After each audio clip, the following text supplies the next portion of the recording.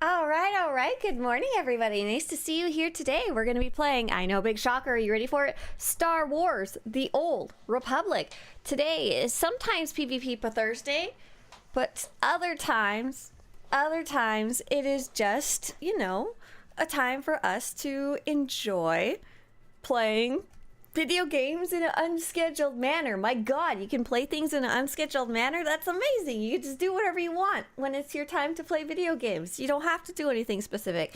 And today, I am busy obsessing about something specific. But before that, we're going to go over the news. Please don't mind the fact that I'm drinking Dr. Pepper as a morning beverage. It's totally great.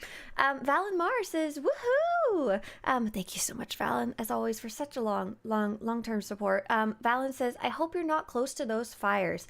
Thank goodness, no. We are close enough that the air quality is poo, but we are not close enough that we are in any danger, if that makes sense.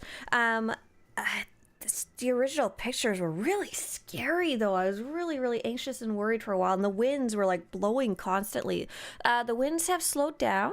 Yesterday, I think, was the first day where it didn't feel like the winds were trying to blow the house over. It looks like it's okay today, too.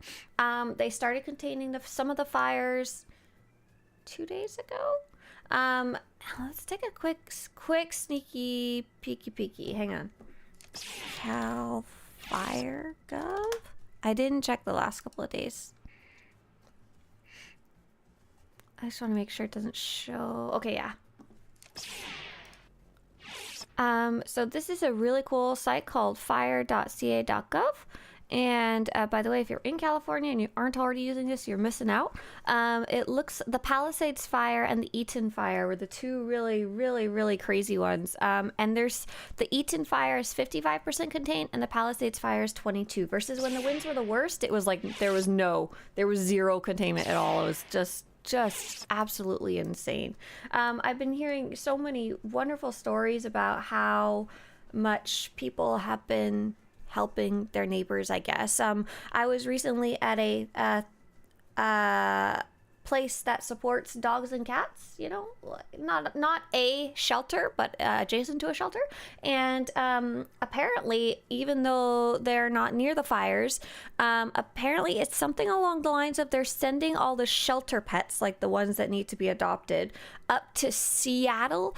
And so they are making place to temporarily hold people's pets who have homes, but they're just like currently misplaced, like they're staying in a hotel or something like that because they're evacuated. Crazy times. So many good stories like that, though, that I really appreciate seeing in these really crazy times.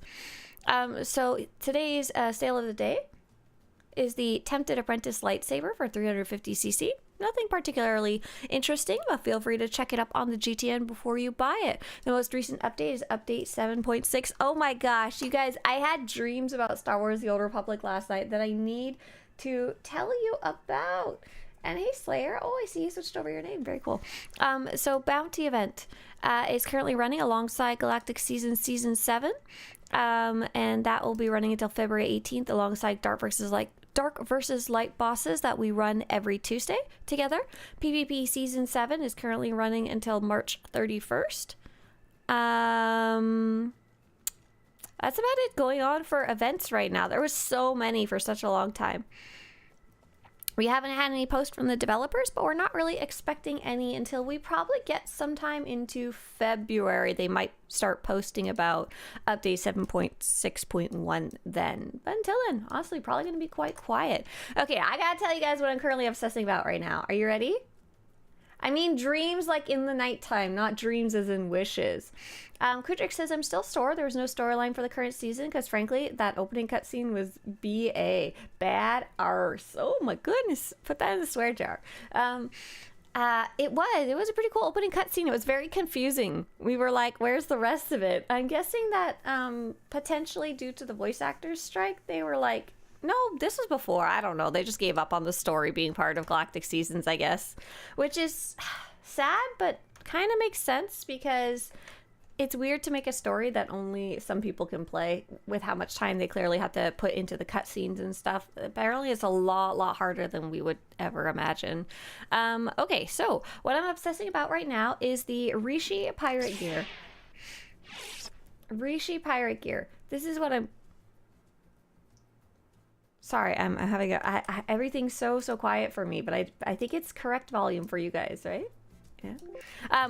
So I'm obsessing over the pirate gear. So you guys, it is insane. I am very much in the home stretch of working on the armor site. I've been working on this sucker for freaking ever at this point, and I'm like, I just want to be done. I'm so ready to be finished and like publish it and celebrate it and like be done for a bit and be able to move on to other things, because it's such a cool project. It's at that point where I always have this happen at the end where I don't want to finish it. It's just like writing an article. I don't want to edit it. I'm in the editing phase, but there is one more sets of armor that I've been trying to get some proper pictures of. We do luckily have some semi pictures of them from SWTOR Fashion. But I'd love to get some really more high definition photos like we have on the rest of the site, because these armors are hard to get, but they are still available. So here's like an example of a high quality armor set here. Really nice looking photos that could be used as well as not only like be like, oh, I like that one, I'm gonna go get it, but also in reference, like if someone wanted to draw this armor, or if someone from actual Star Wars wanted to see some armors from the game for inspiration, you know, we have these big beautiful resources available. So these armor sets are known as the Rishi pirate sets, kind of collectively by the player base. And so the problem is that there is no way to get these armors once you have locked yourself out of the Shadow of Revan expansion, or if you deleted them, there is no way to go back and get them a different way. That is why I currently don't have any photos. They're not on, say, a vendor. You can't get them through reputation. They're not legacy bound, so I can't earn them on another character. Once you've either thrown them away, or more importantly now, if you have skipped ahead in the story. If you have skipped ahead in the story, then you are unable to do the Shadow of Revan expansion. So when you skip ahead in this story, Kudrik says, I have it. May I send you a pic on Discord? Just one, but it's something. No, don't worry about it. I'm going to see if I can earn it first. Otherwise, I do have these at least. It's not a big deal. My goal is to see if I can earn it myself. It's been kind of an adventure, kind of more just for fun, to be honest, to earn these myself. But I like it. I like it. It's like the last little adventure I have left, I think, for earning every armor in the game. So what I'm trying to find is a character that has not started the Knights of the Fallen Empire or forward, because once you start those, or forward, so for example Osis is 2 forward, they cannot go back and do the Shadow of Revan. So they're locked out of the class story, companion stories, and Shadow of Revan specifically. Strangely enough, you can go back and do the Makeb expansion, Rise of the Hutt Cartel. So I'm trying to find a character that hasn't started it yet. There are a few other caveats, like they can't be a Twi'lek or a Togruta. They need to be able to wear a hat. And I don't actually know if I have one, because I guess I kind of did this in the wrong order and I didn't realize it. A lot of the characters that had not done Knights of the Fallen Empire yet, I ran them through to get those armors. I might have to like buy a Master's Datacron just to go get it. That's crazy. I'm looking for one more character to check named Shah Chisla. Great name, I know. Where's Shah Chisla? I'm not looking with my eyes. It's part of the problem here. I know lowering the glasses doesn't change anything, but it makes me feel smarter. Like I'm actually looking with my eyes. Shah Chisla. S-H-A. I have too many characters, clearly, at this point. Where are you, baby? Are you like on page 11? Oh my god. Hang on. Try again. I thought Twi'leks could wear those hats. Oh, that's true. It was page 2. I just didn't look with my eyes. Oh my god, it's true. So yeah, that one actually looks really good with Twi'leks. You're right. The pirate hat is something that the Twi'leks can wear. But I try to not preview it on a Twi'lek, because then it obscures what the hat would look like on other types of characters, if that makes sense. I think this character's too far ahead too. Oh no! Oh my gosh! Perfect! No, this character didn't skip ahead. Strangely enough. Is she wearing the armor? No, she's wearing old armor. Oh my gosh, this is exciting. I think I may have found a perfect character. So I think I may have found a character. Hopefully I didn't throw any of it out, or I'll have a little cry. Okay, so I found a character that's partway through the Shadow of Revan's story. I'm at the quest called Torch's Flame. However, I don't know what point you start getting armors, because potentially I could have thrown out the other pieces. So I'm going to take a look at quests and see if Exarch has tracked this. I know he tracked some of it. Let's try Shadow of Revan expansion and see if that helps.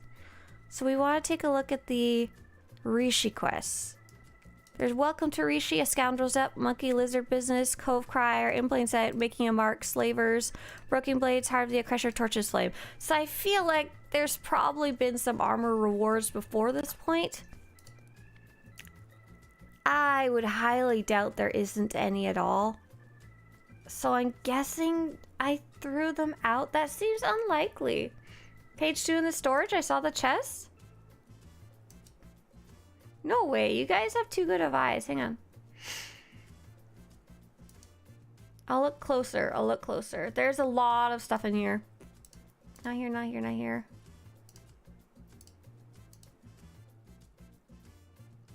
Do you see pirate chest? Don't give me false hope.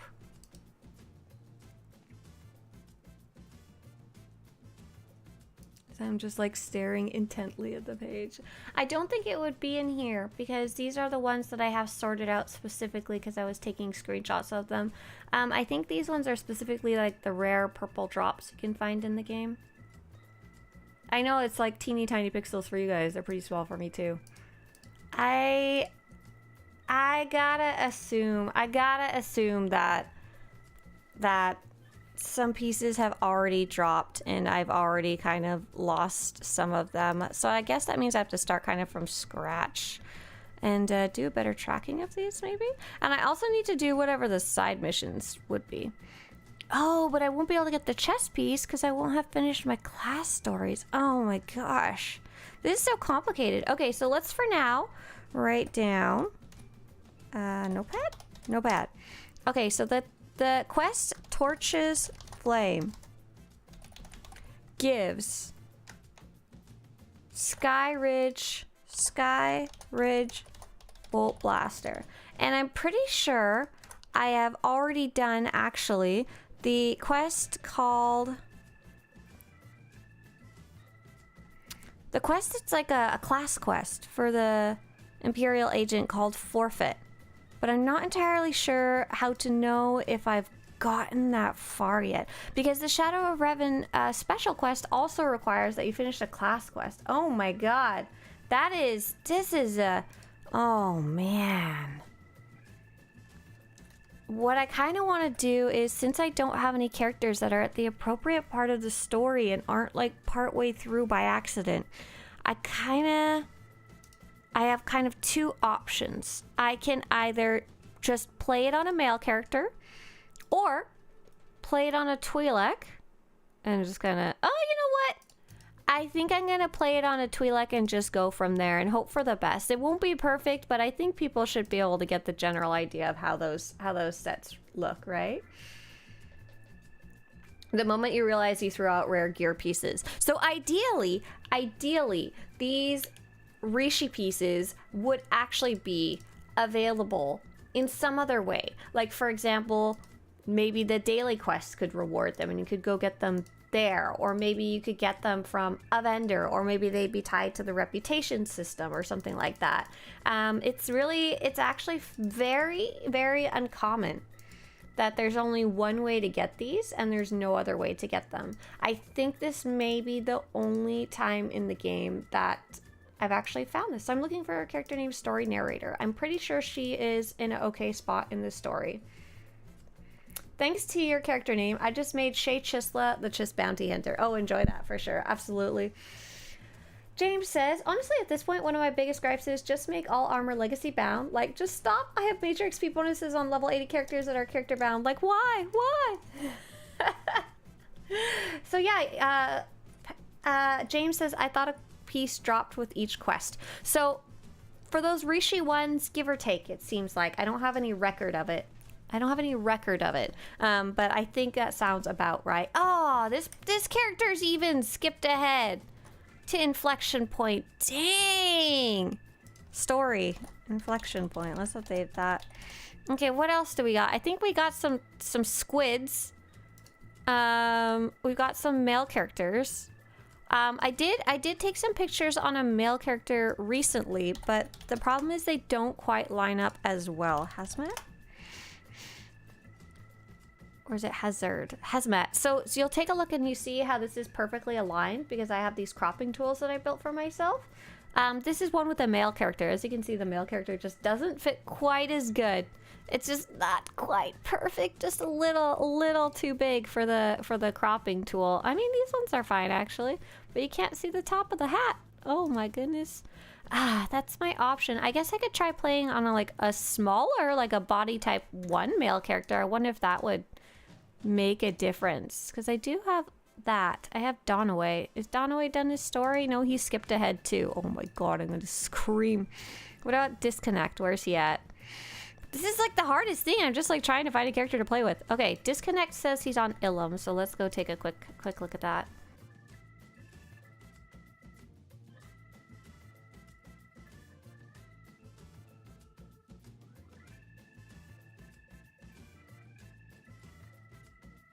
Winterwolf says, can you have too many characters? Apparently in this case I can if I can't find anything. Oh, yeah, this is another rare chest piece from back in the day that there's no other way to get it. Yeah. Kudrik says, if there's one armor that's impossible to get and I'm obsessed with it, it's Dreadseed. I want it, but oh my god. Dreadseed, can't you get that one pretty easily? Or, oh, at least the chest piece. So I don't know if you're interested, but when I was doing some research on the GSI droid, I recently wrote a guide about the GSI droids. Swtorista, GSI, Seeker droid? The Seeker droid. And if you're going to the specific planets and you're using the different boosts, I was actually finding the armor quite quickly. Like, I was surprised about it. I was actually getting it almost to the point of it being junk because I was,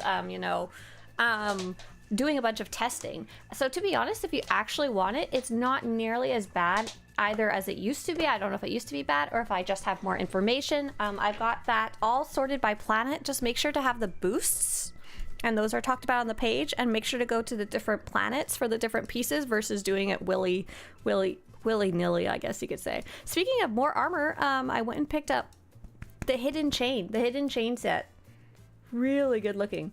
And the Sasu says, I kept the Rishi pirate set on my characters. Pretty sure I still have them if you want pictures. So I need pictures, but I also need information, which is different, right? I need information about, like, how do you actually get these? Because there is, let me go back here, Rishi pirate armor. There is 12 different sets, and within those 12 different sets, there are 3 different types.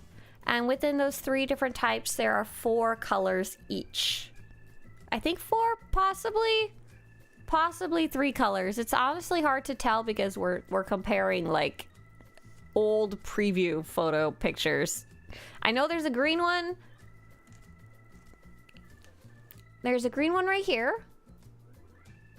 There's a purplyish bluish one. There's a blackish one, and I can't tell if this is a blackish one or a brownish one.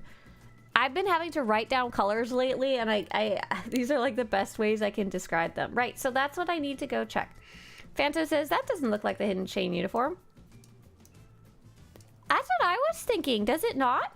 Like, I bought this from the GTN, and I typed in hidden chain. Is this not it? I'm pretty sure this is the one that's called hidden chain, but yeah, it doesn't actually look like the guys in game, does it? Quest pieces for 2 sets. Right, but where does this 3rd set come from? Is it a random drop? Or why didn't Tor Fashion have old photos of it? Was there a reason for that? Were they even in the database? Let's do a quick check of that. That might be a good place to start. Tor Fashion. So if I search up the word Corsair.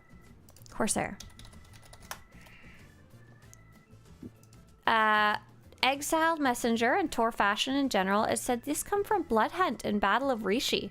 Oh, so maybe it used to drop there back in the day from the Flashpoint, but it doesn't drop anymore, like it's truly retired? I just have these all shoved in the same category right now because I didn't have any information. So I'm guessing if I take a character through the Shadow of Revan stories, start to finish, then I should be able to earn some of the Shadow of Revan stories. John Zarp says, if I recall, it's from the completion of the daily quests in your boxed rewards. I don't think so, but if so, that would be awesome. That would be freaking fantastic. That would be just so great. Hey Swtorista, did you watch Skeleton Crew? If you did you like it? Sorry if you answered already. I only just made it to the stream. Hey there. So I watched the first 2 episodes of Skeleton Crew. Uh-oh, I have some Pirate Rishi pieces. That's not a good thing. That's really not a good thing. Uh-oh, that means this character started that story. Wait a second, hang on. Just a second on that Skeleton Crew. I met Torch's Flame. Oh, okay, no, I think that's an okay thing. Okay, so it looks like... Oh, these are Skyridge pieces? Those are different. Oh, no. I have like 90% of this armor, but I'm still missing some pieces. And I don't know where they came from. So this is useless. I think this is one of the few characters that hasn't gone through the story yet. Okay, so disconnect. Is at least partial Shadow of Revan.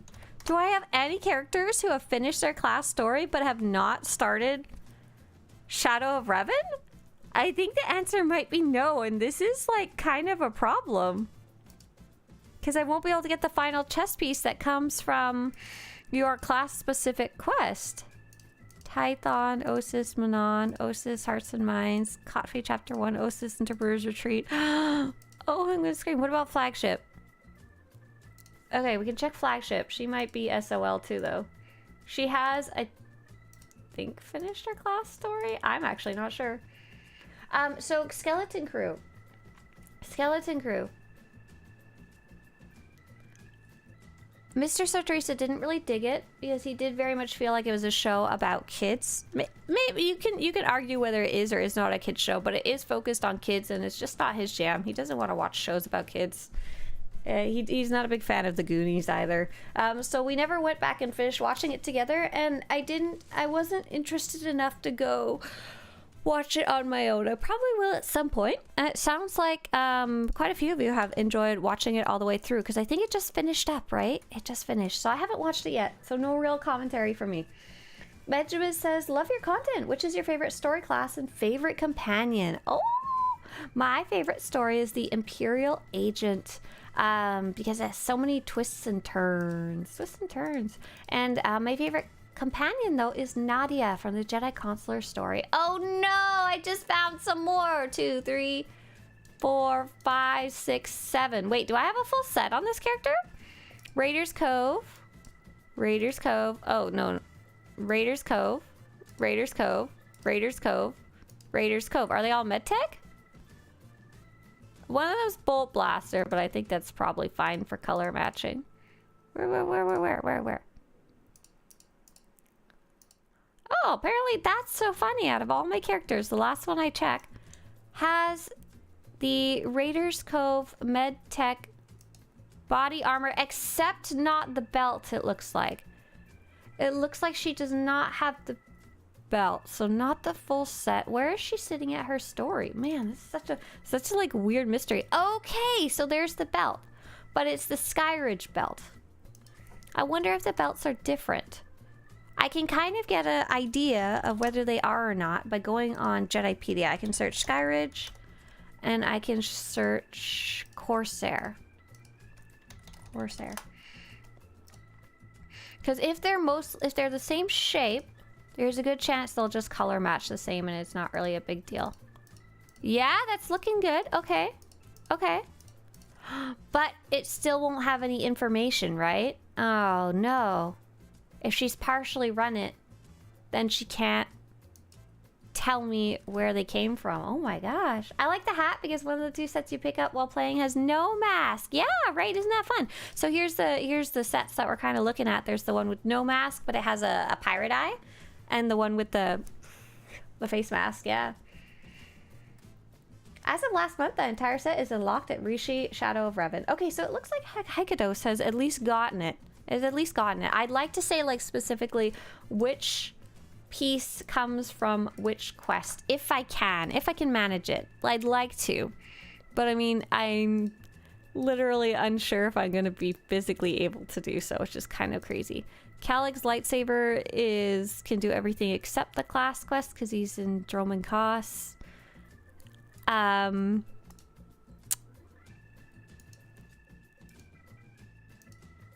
Calig's lightsaber, I think he's a Nautilin, so I don't think I can use him. So I think I might be able to do everything except one chest. So maybe I can at least kind of start writing it down if I find a character that's the right level but hasn't started it yet. I don't think I have any female characters that meet that requirement, and I don't really want to make a new token character just for that. Anyone got a Master's Datacron just lying around for stupid, useless reasons? No? Okay, well, I guess I'll play one of my male characters. Which one should it be, though? Krumix looks like he might be a good candidate. Krumix has no Twi'lek horns or anything like that. See anybody else? Jazwait is a Twi'lek. Darkinix is a slightly larger body type. Zabrak, that one would work okay too. And let's see. Donaway is a body type 1, but he started Osis, so it doesn't count. And Calig's lightsaber. Okay, I think I'll go on Krumix. Krumix is gonna be the one. I have one you can have if you really need it. I don't think I don't think it's worth whatever. Isn't it like 330 million on the GTN? I don't think it's worth it. Plus, I wouldn't even be able to get the final chess piece anyway. I have multiple characters that need the quest lines. I'll see if I can do those and keep track. I mean, let's see what we can do today. Let's see what I can do, and if not, I'll start outsourcing to you guys.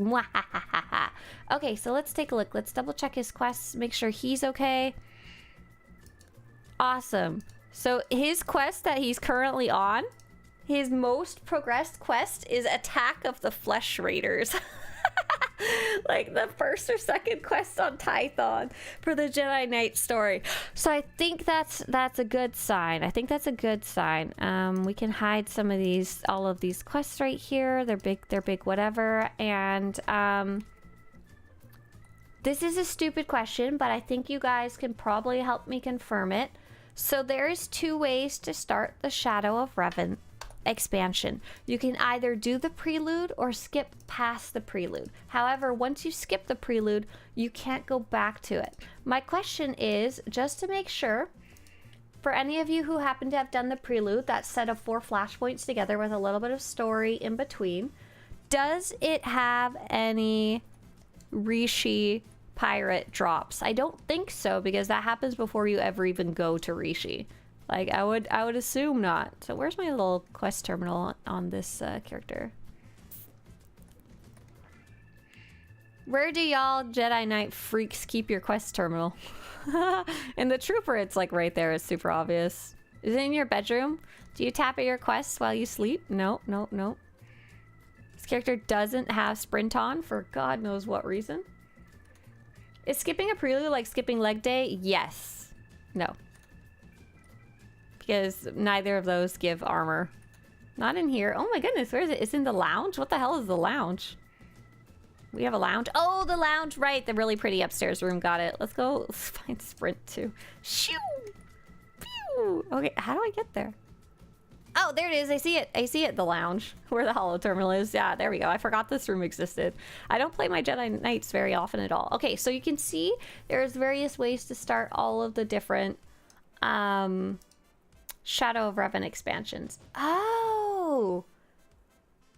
Oh, devoted allies weapons. I don't know which ones of those I have and don't have. Oh, man.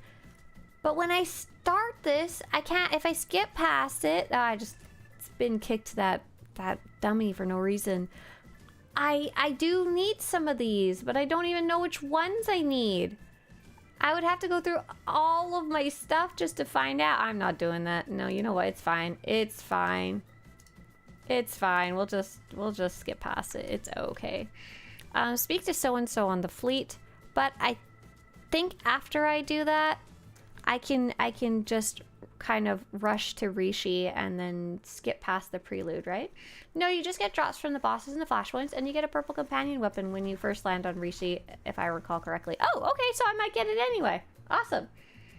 So there's these devoted allies armors, and I'd actually really like them as well, because I have pictures of them in the same way, but some of them are just like, you know, preview pictures. These devoted allies. Oh, some of them I only have icons. I don't have pictures of at all. That's crazy. Someone told me that they had them all and said, come take some pictures, but I haven't reached out to them yet. So back in the day, I think when you used to do the dailies, you would get these devoted allies pieces because your companions actually needed gear back in the day. Now, since they don't need gear, those gear pieces no longer drop from the dailies, but for some reason, kind of funny, you still get one as a quest reward here. Hi there, Sean. Complete Forged Alliances Part 1. Can do. What? Actually, what we're gonna do is, I think it's at this point that I can skip ahead. We'll go to Rishi and double check that. I have it written down somewhere. Hey, Spookylicious, thank you. Thank you very much for supporting the project. And my stupid research. Thank you. Thanks. Thanks. Is there any particular class that fits better for some expansions? Hey, Benjamin. So in general, people tend to say for at least 2 of the later expansions, they tend to fit better with Force users. I tend to agree with that, even playing... Okay, I don't want to start the prelude. I want to skip ahead. And I think this is the correct way to do it. Pretend to be a pirate. Yarg. Hey, Alte for 3 years supporting this project. Thank you. I met with a friend this weekend, and I was kind of telling them about what I do, and it was really cool. I was talking about how, like, she was trying to understand the concept of like Twitch and why would people watch video games and stuff like that. And I'm like, I was explaining all the things that I like about it and why we like to hang out here. And I'm like, there's some people who have hanged out here for 2, 3, 4, even almost 5 years for some people. And it's just a nice place to hang out every morning, whether you're at work or playing in the background or doing chores or whatever, you know. I like it. I like hanging out with you guys a lot. It's very nice. And I'm glad you like tuning in and hanging out with me while I'm like doing research, or whether I'm answering questions, or we're being friendly to people, or whatever, you know. I like it a lot. Yeah, please ignore me. So I am seeing if, let's see, Shadow of Revan Prelude is still technically sitting there. Welcome to Rishi. Oh, did it not autocomplete the prelude? Oh, I don't think it did. That could potentially be a really good thing. Okay, so welcome to Rishi gives a weapon for your class of, not of your choice, just of your choice of specs. So we've got welcome to Rishi, and we'll write this down. There we go. Oh my gosh, Henrik! Wow! Thank you so much. Much appreciated. And hi again, and welcome back. That's crazy. Thank you, thank you, thank you. And like I said, thank you so much for supporting the projects, because it's what allows me to do this instead of... otherwise, I wouldn't have time to do this. I'd have to go be doing a more traditional job, go back to marketing and stuff like that. Yeah. Aww. Yeah, Nasasi, you have to click your name now. That stopped working. Why? I don't know. Okay, so I think I can... stop tracking the other ones and just start tracking welcome to Rishi. So I think I may actually get to play now. Maybe. I know. Crazy concept. Actually playing the video game. Okay. Benjamin says, what's the best way to support your work besides to subscribe and like? So, one is support financially. I know that's kind of a weird ask, but yeah, that's the first one. Second is honestly just be nice to me. I know that it's really weird, but like there's so many things that I run into that are like barriers, or I'll like put a bunch of work into something and one person will be nasty about it, and just humans in general tend to take in the bad and not always the good, and sometimes take in the bad when it's not even true. So when you guys are like hanging out or like just being normal people, or when you're being nice to other players, even if you're not talking to me, it like helps my motivation so much, because this is an entirely motivation based project. Like there's no like KPIs or anything like that. There's no boss telling me what to do. There's no specific tasks I have to get done. They're just all things of my own imagination and what I feel inspired to work on, almost like art. Like this crazy armor database, this is not like, this is a labor of love, you know? And like when you guys ask questions even, that also really inspires me. It's something that like, oh, someone's interested in something in the game that I'm spending the time on, so I'm not just wasting my time. Like that's why I love when people come ask questions. What are you doing? What am I doing today? I'm causing a ruckus. So today I'm trying to specifically collect these Rishi pirate armor sets. I'm trying to figure out and write down which ones come from where, the best that I can. It's a bit of a mess. It's a bit of a mess, and I'm unsure how well it's gonna go. So I'm gonna be Xenar, thank you so much. Thanks for supporting the project. Yeah, that's exactly one of the ways. If your name is Simi, Riatla, Nihov, Danish, or Korma, feel free to say thank you to Zenarcadia, because they just made it so you can watch ad-free and hang out here. I think there's a question from DCH. Is 340 prototype gear the gold gear for hide and seek?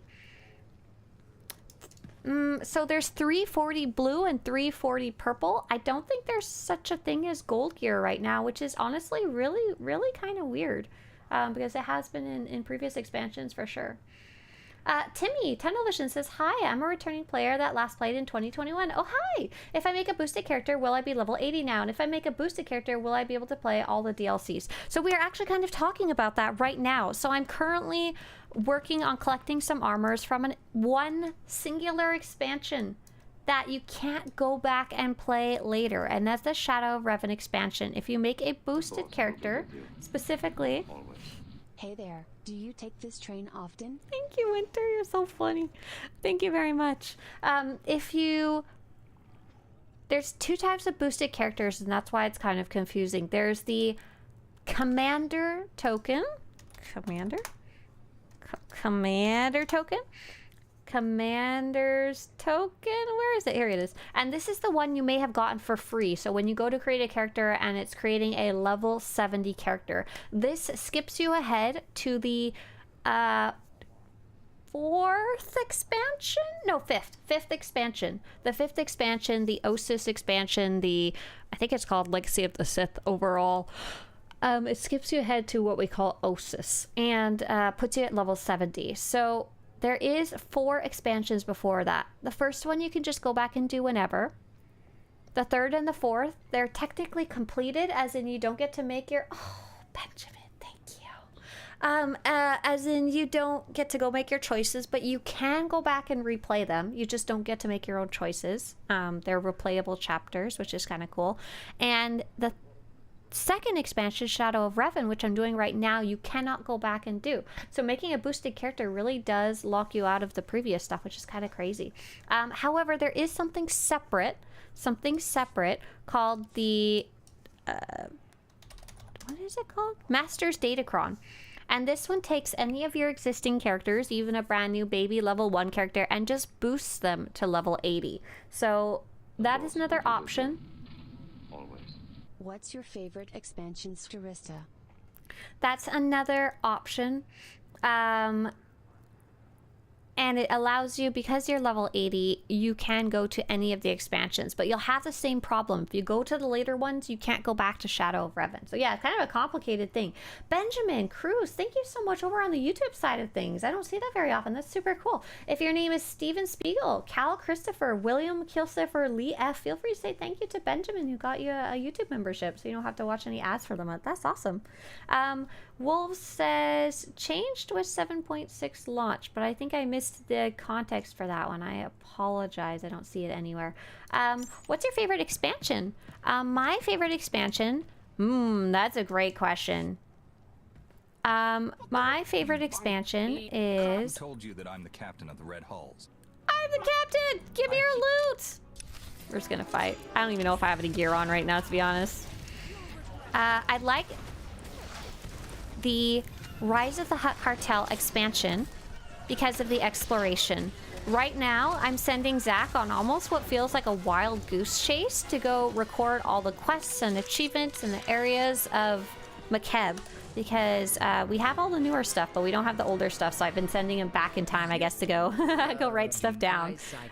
And what's crazy is he's like, this is taking forever. I'm sorry. And I'm like, no, I'm sorry. You keep having to go back. He's like, every time I need to go research something different, I need to go to like a different island on the map. There's no like, there's no way to fast track it. So it's kind of crazy. I actually really liked that Makeb felt so big. It's not necessarily any bigger than the others, but because it has all the different islands, it's just really interesting to me, I guess, exploration wise. And it's got those 2 cool datacrons that are hard to get. And is it 1? I think it's 2. One's much harder than the other. And it's just generally cool, but the story is less interesting to me. Wait, you can boost to 80 if your last sub was during 6.x? So you can boost to level 80 even on a free-to-play account. It's just you won't have access to the expansions, which is really funny and weird, yeah. Thank you guys so much. Appreciate it. Thank you. Okay, so I'm trying to figure out, there's something I'm supposed to do here. Question Corellian Run Scoundrels. Oh, I need to pay attention with my eyes. I need to pay attention. Makeb was... Oh, I actually hurt these guys when I Blade Blitz through. Oh, I'm so sorry. I'm a careless Jedi, just flipping my lightsaber everywhere. Oh, no. Oh, my gosh. Okay. Corellian Run Scoundrel, here we go. I want some information. Give me info. Scoundrels forever! Whoa. Calm down, Mr. Deveronian. So stupid. Yeah, it does. It takes definitely absolutely a long time to get around. Oh, I love this. Imperious Max says, I had to mess up my dark side alignment on my Sith at the time just to smooch the guy at the end and couldn't use my relics back then when your alignment affected your relics. Oh my gosh. That is some old-timey crankiness right there. Do you have to be dark side to smooch him, or do you smooch him as like a light side option? Oh, because you have to save him. Gotcha. But he's worth the smooch. He's so cool. I like him a lot. I'm looking for someone. Question, says Oliver. I am subbed at the moment, and even if I don't have the token, I can create a level 70 character. Now, will this go away if I don't use it before getting preferred, or can I wait to use it? Yeah, you can wait. So everybody gets one free level 70 skip ahead token that puts you at the Osis expansion. Everybody gets one the first time they subscribe, whenever that is, which is pretty cool. And as far as I can tell, you can use it whenever. There's not really any requirements to it. I can't promise there won't be any like funky weird stuff like your armor may not work, or I don't know, you know. Hey, talk to me. Talk to me, Bubs. And you'll still only have whatever expansions you had unlocked before, so I think you have the latest one, but I'm not sure. But yeah, you can absolutely save it till later, and in general I recommend saving it until you really know what you want to do with it, because they're quite expensive, and it's like I don't really want people to waste them on a whim, because otherwise you have to pay like 2,000 cartel coins or more to get another one. In today's stream, Swtorista will demonstrate how to get banished by the Jedi Council. Yeah, just Blade Blitz through everything. Easy peasy. Absolutely, Timmy. Happy to answer your question there. But yeah, you just hold on to it. Datacron Guide says, so I may have missed a critical detail regarding story mode content. If you have already done the story mode, can you do it another character? Or is it Legacy and you have to do Veteran? If I ever play again, I want to go through the story again. So for the story, the class stories, for the Shadow of Revan, Rise of Makeb, the most recent expansions, is one time only, sadly. One time per character. And if you skip ahead, you sometimes can't go back, which is scary. However, the chapters... the Knights of the Fallen Empire chapters and Knights of the Eternal Throne chapters. You can only play through it once to make decisions, but after you've already played it once or after you've already skipped ahead, you can play it on any mode as many times as you want. Oh, I'm so sorry, I'm losing my voice. But we've just been replaying them recently, actually, because I was collecting different sets of armor that you can only get from the chapters. I'm gonna drink some Dr. Pepper, that'll help, right? Looking for Corellian scoundrels. I just talked to some right here. Let's see if they've respawned. I want some information. Give information! Sealed as of right now. Okay. I want some information. Give. Yeah, fine. Oh, hey! I care. Cool. I think I had it. Give me Kaisaiken.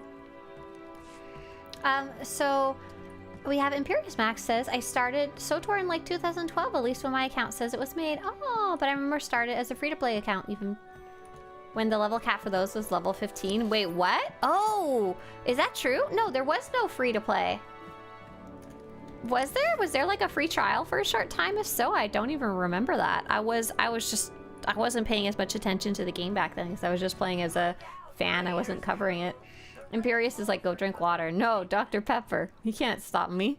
So I'm going to be mostly space barring through the story. There is not going to be any real spoilers, to be honest. The real spoilers of this expansion come way later. Not right now on Rishi. Kaisaiken. Hello there. So we're also keeping our eye open for any other quests along the way. I don't... Oh, okay, so this one's boring. What was that one? Oh, did I forget to write down what quest that even was? Yes, but luckily I have Exarch's quest list. That will help. I need to go do Shadow of Revan. Because it'll be whatever's sandwiched between the last one we did and this one. Shadow of Revan Rishi. So we just did Welcome to Rishi, a Scoundrel's Debt. A Scoundrel's Debt.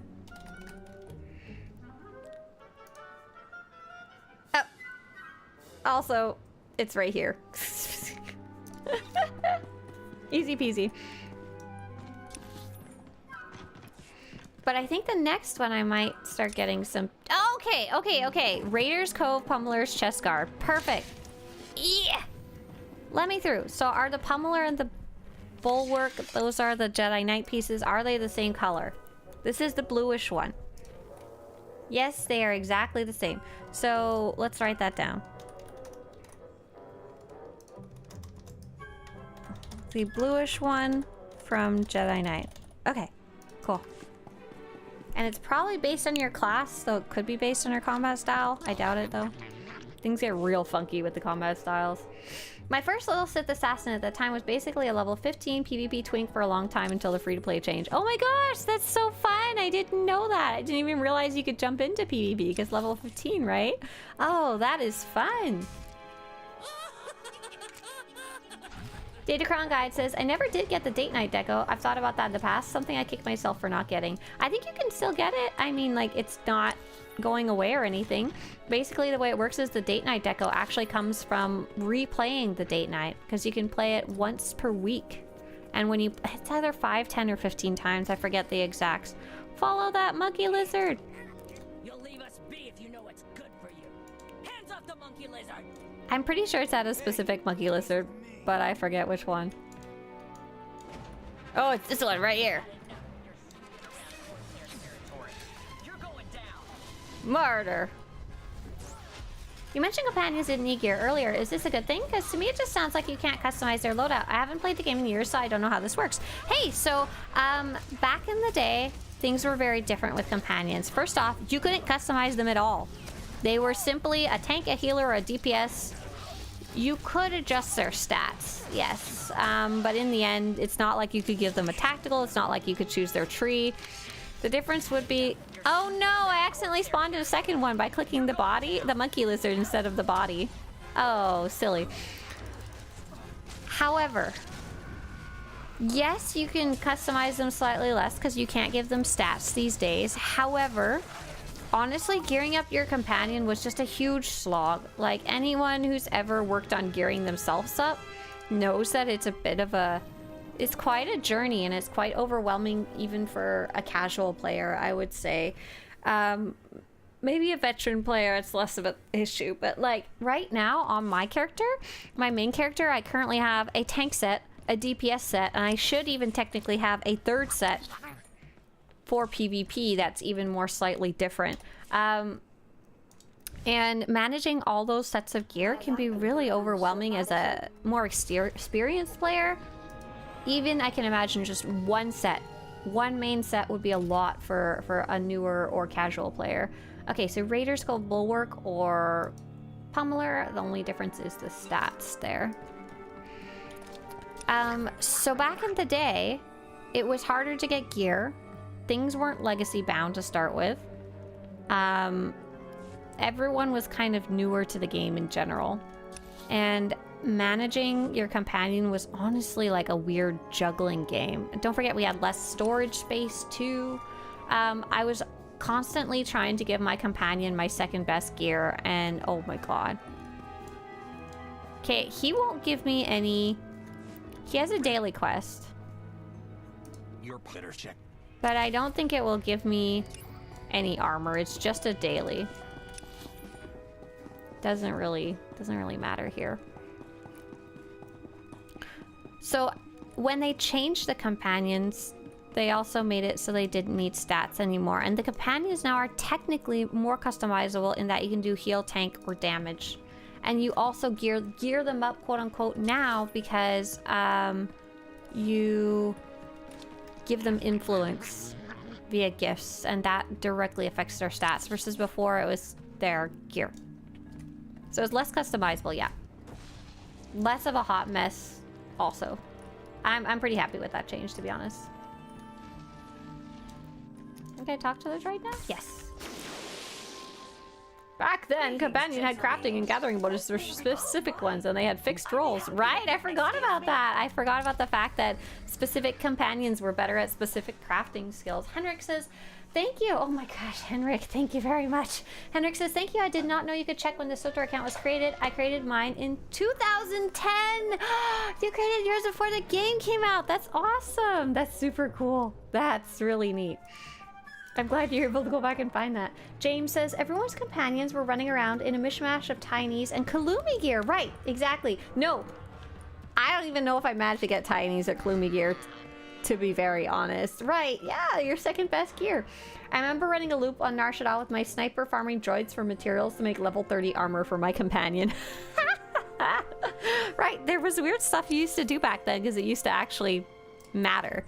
Versus there's different stuff now that you do that wouldn't have mattered at all back then or didn't exist back then. Oh yeah, expertise back in the day with PvP, yeah. People always argued about the Flashpoint gear drops. Yeah, now not only can we not argue, and it's also kind of pointless to argue, but we all get our own individual drops. That's also kind of crazy. Kira wants to know, how do you check that? If I remember right, you go to SWTOR.com. I'm not going to show you because I don't want to log into my account, but I'm pretty sure if you log into your account, it will tell you right there. If not, it's probably on the forums.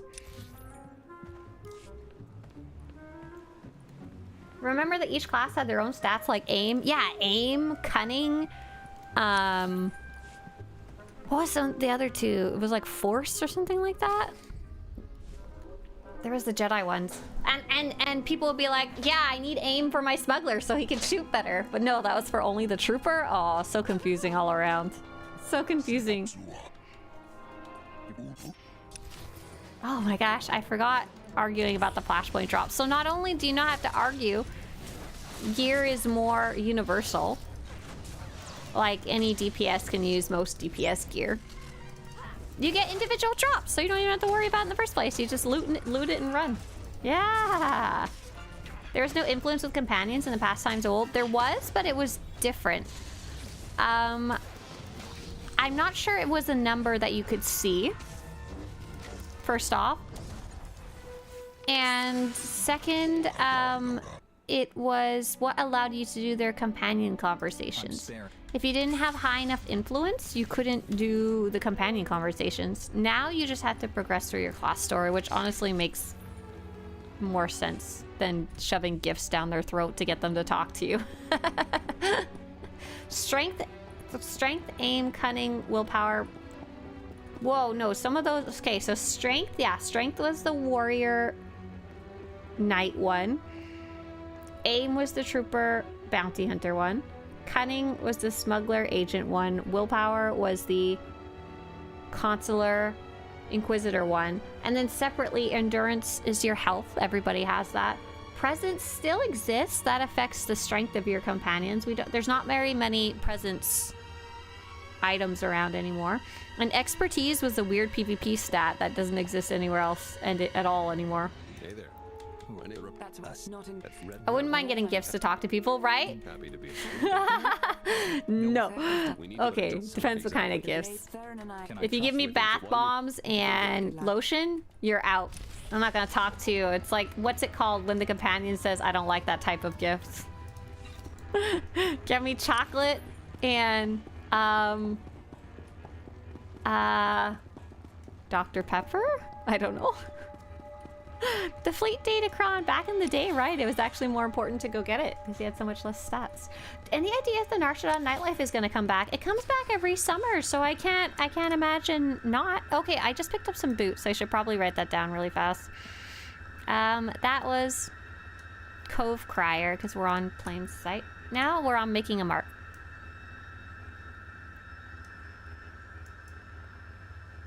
In plain sight. That gives the boots.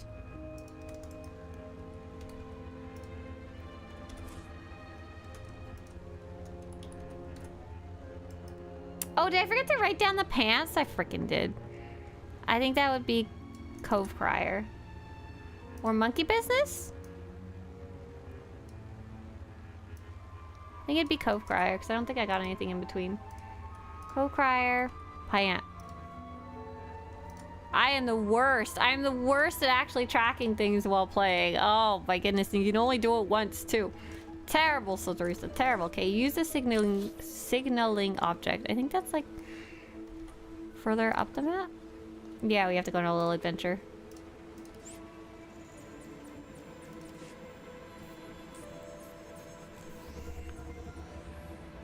Royal says, yeah, okay, yeah. So Royal, I believe it usually comes around sometime June, July.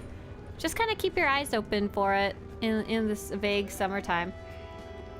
Kane says, should I stop shoving gifts down their throats? So back in the day, you had to shove gifts down their throat so they would talk to you to do their companion conversations. These days, you still want to shove gifts down their throat, but apparently it makes them better at punching things and crafting things. That's their influence level here.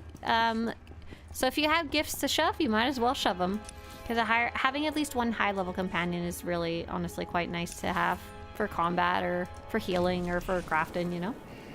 If only there was a video recording of what happened. Wait, I know, I was thinking that. Even if I screwed up super bad, I can go back and check the VOD, right? Yeah, yeah. Any chance you got insider info on the remake? I fear that's the only way to be able to get back into the game since I'm a console gamer with no PC. Hey there, Stoner Life, yeah? So I think you're talking about the Knights of the Old Republic remake? That is actually a different game. KOTOR, Knights of the Old Republic. It's a single-player game. The old ones are really cool. There's not any remake of Star Wars The Old Republic coming. It's currently only a PC game. They're kind of constantly updating it, so there's no remake. They just did some graphical upgrades and stuff too. What you're hoping for is either Knights of the Old Republic a remake. We don't have any information about that. From my outsider, non-insider opinion, there's a good chance it'll probably never come out, at least not from any of the studios that are currently working on it. And second is Star Wars The Old Republic ever coming out on console? I don't think so. I know the devs are very well aware that we would like that. Okay, so this is a one-time quest. This is a one-time quest, but it doesn't seem to have any gear attached to it. Buried cache. No gear reward. Just reputation, right? I saw another one on the map. It's just a little bit forwards. We need to keep our eyes open for these. Oh no, I killed Tiny Crab with Blade Blitz. No. Okay, same thing here. Beasts burden. So I don't know if these used to give you or not. I don't know what they used to give you. I don't know if they used to give you gear rewards. You could just try handing the gifts to them. No, you gotta shove it down their throat. That's how they consume the gifts. Yes. If you have a companion with low reputation, it can be a hindrance on harder enemies. I agree, but only for harder stuff. Jungles, bounty. Okay, we don't need to do these quests. They don't give us anything that we need today. In grade 3, we had a Secret Santa. We opened presents. Then I was in the final 2. A large box. I have to go. Just a second.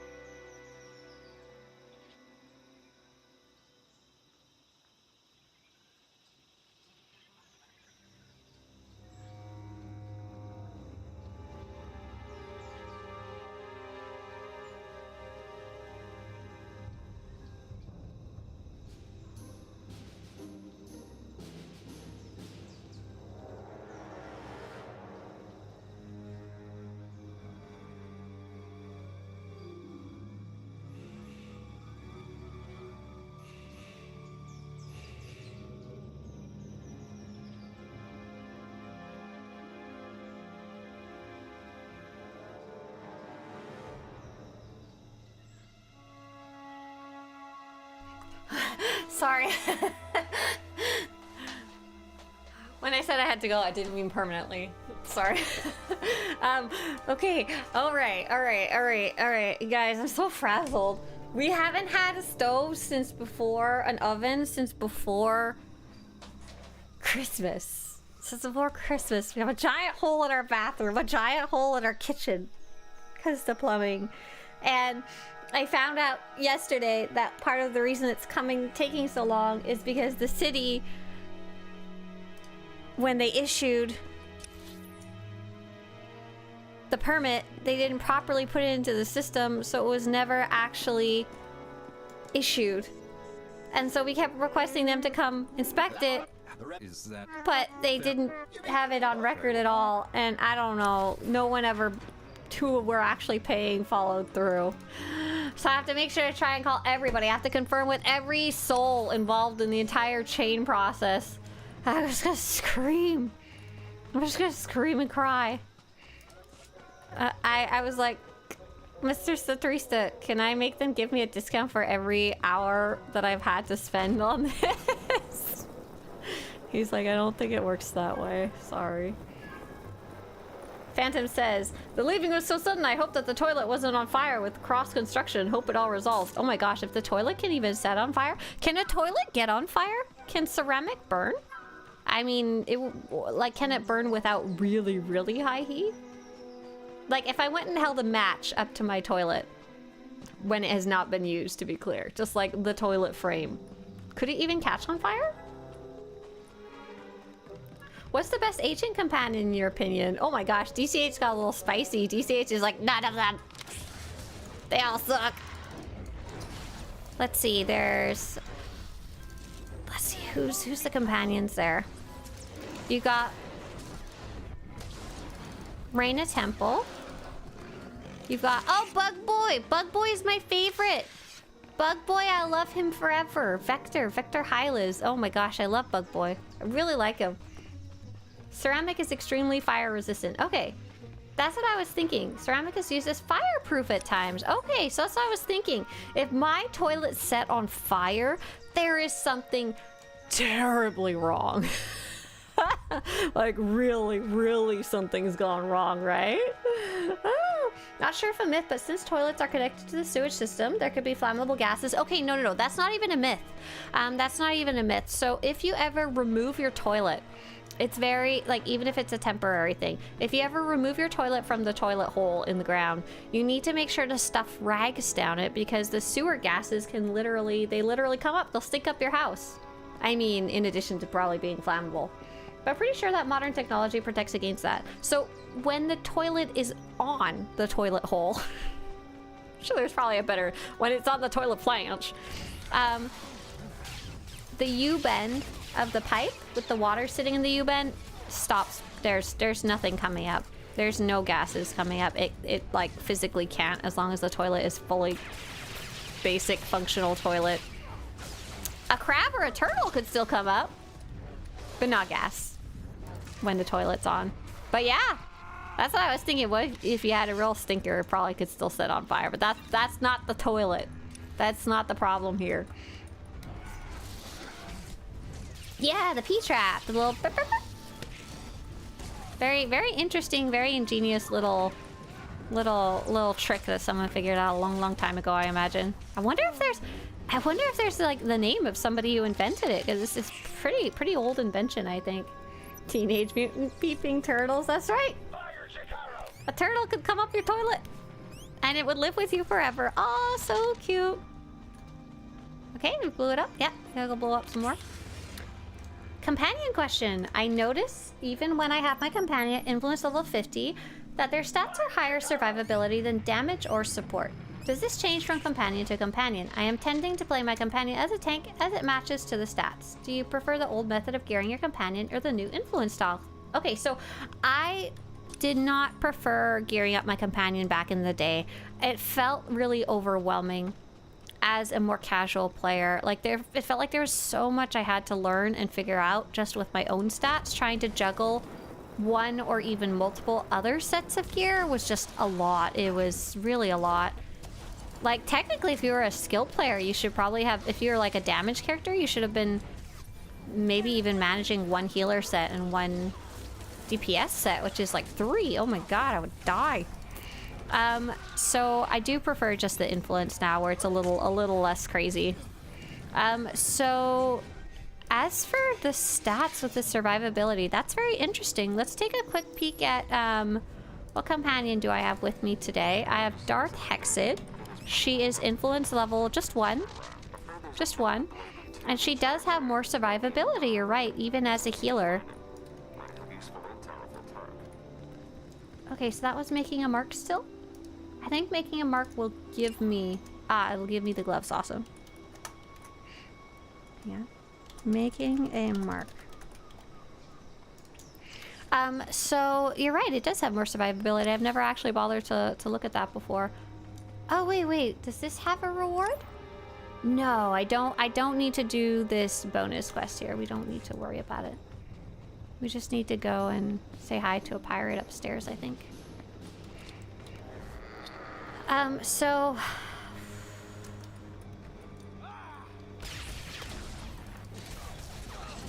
You can have your companion be set to any role that you want. There's nothing in the game that tells you that you have to play it any specific way. However, there are recommendations for efficiency's sake, I guess you could say, for how to set your companion. So the rule of thumb is, let's say you're a damage character. Like right now, I slap things with my lightsaber. I'm not a tank, I'm not a healer, I just kill things. The recommendation is, if you are a very skilled player and you kill everything so fast that you never really get hurt, you should set your companion to damage with you, and then you can kill everything together even faster. I don't pay enough attention to do that. So the more average player, if they're a damage character and hits things with the lightsaber, they should set their companion to healer. The tank one isn't really used, because the healer will get you through more than the tank can, if that makes sense. However, some players who are healers themselves will usually play with a tank companion, unless they're kind of crazy and want to play with a damage character if they're not dying, if that makes sense. I hope that makes sense. Star Wars EU Vanguard says your website is missing the minor world boss, Sith Lord Vardrax on Balmora. Interesting. I wonder if he's not part of the achievement, because that's the ones we've been tracking. I can tell you the info for him. Don't tell me here. If possible...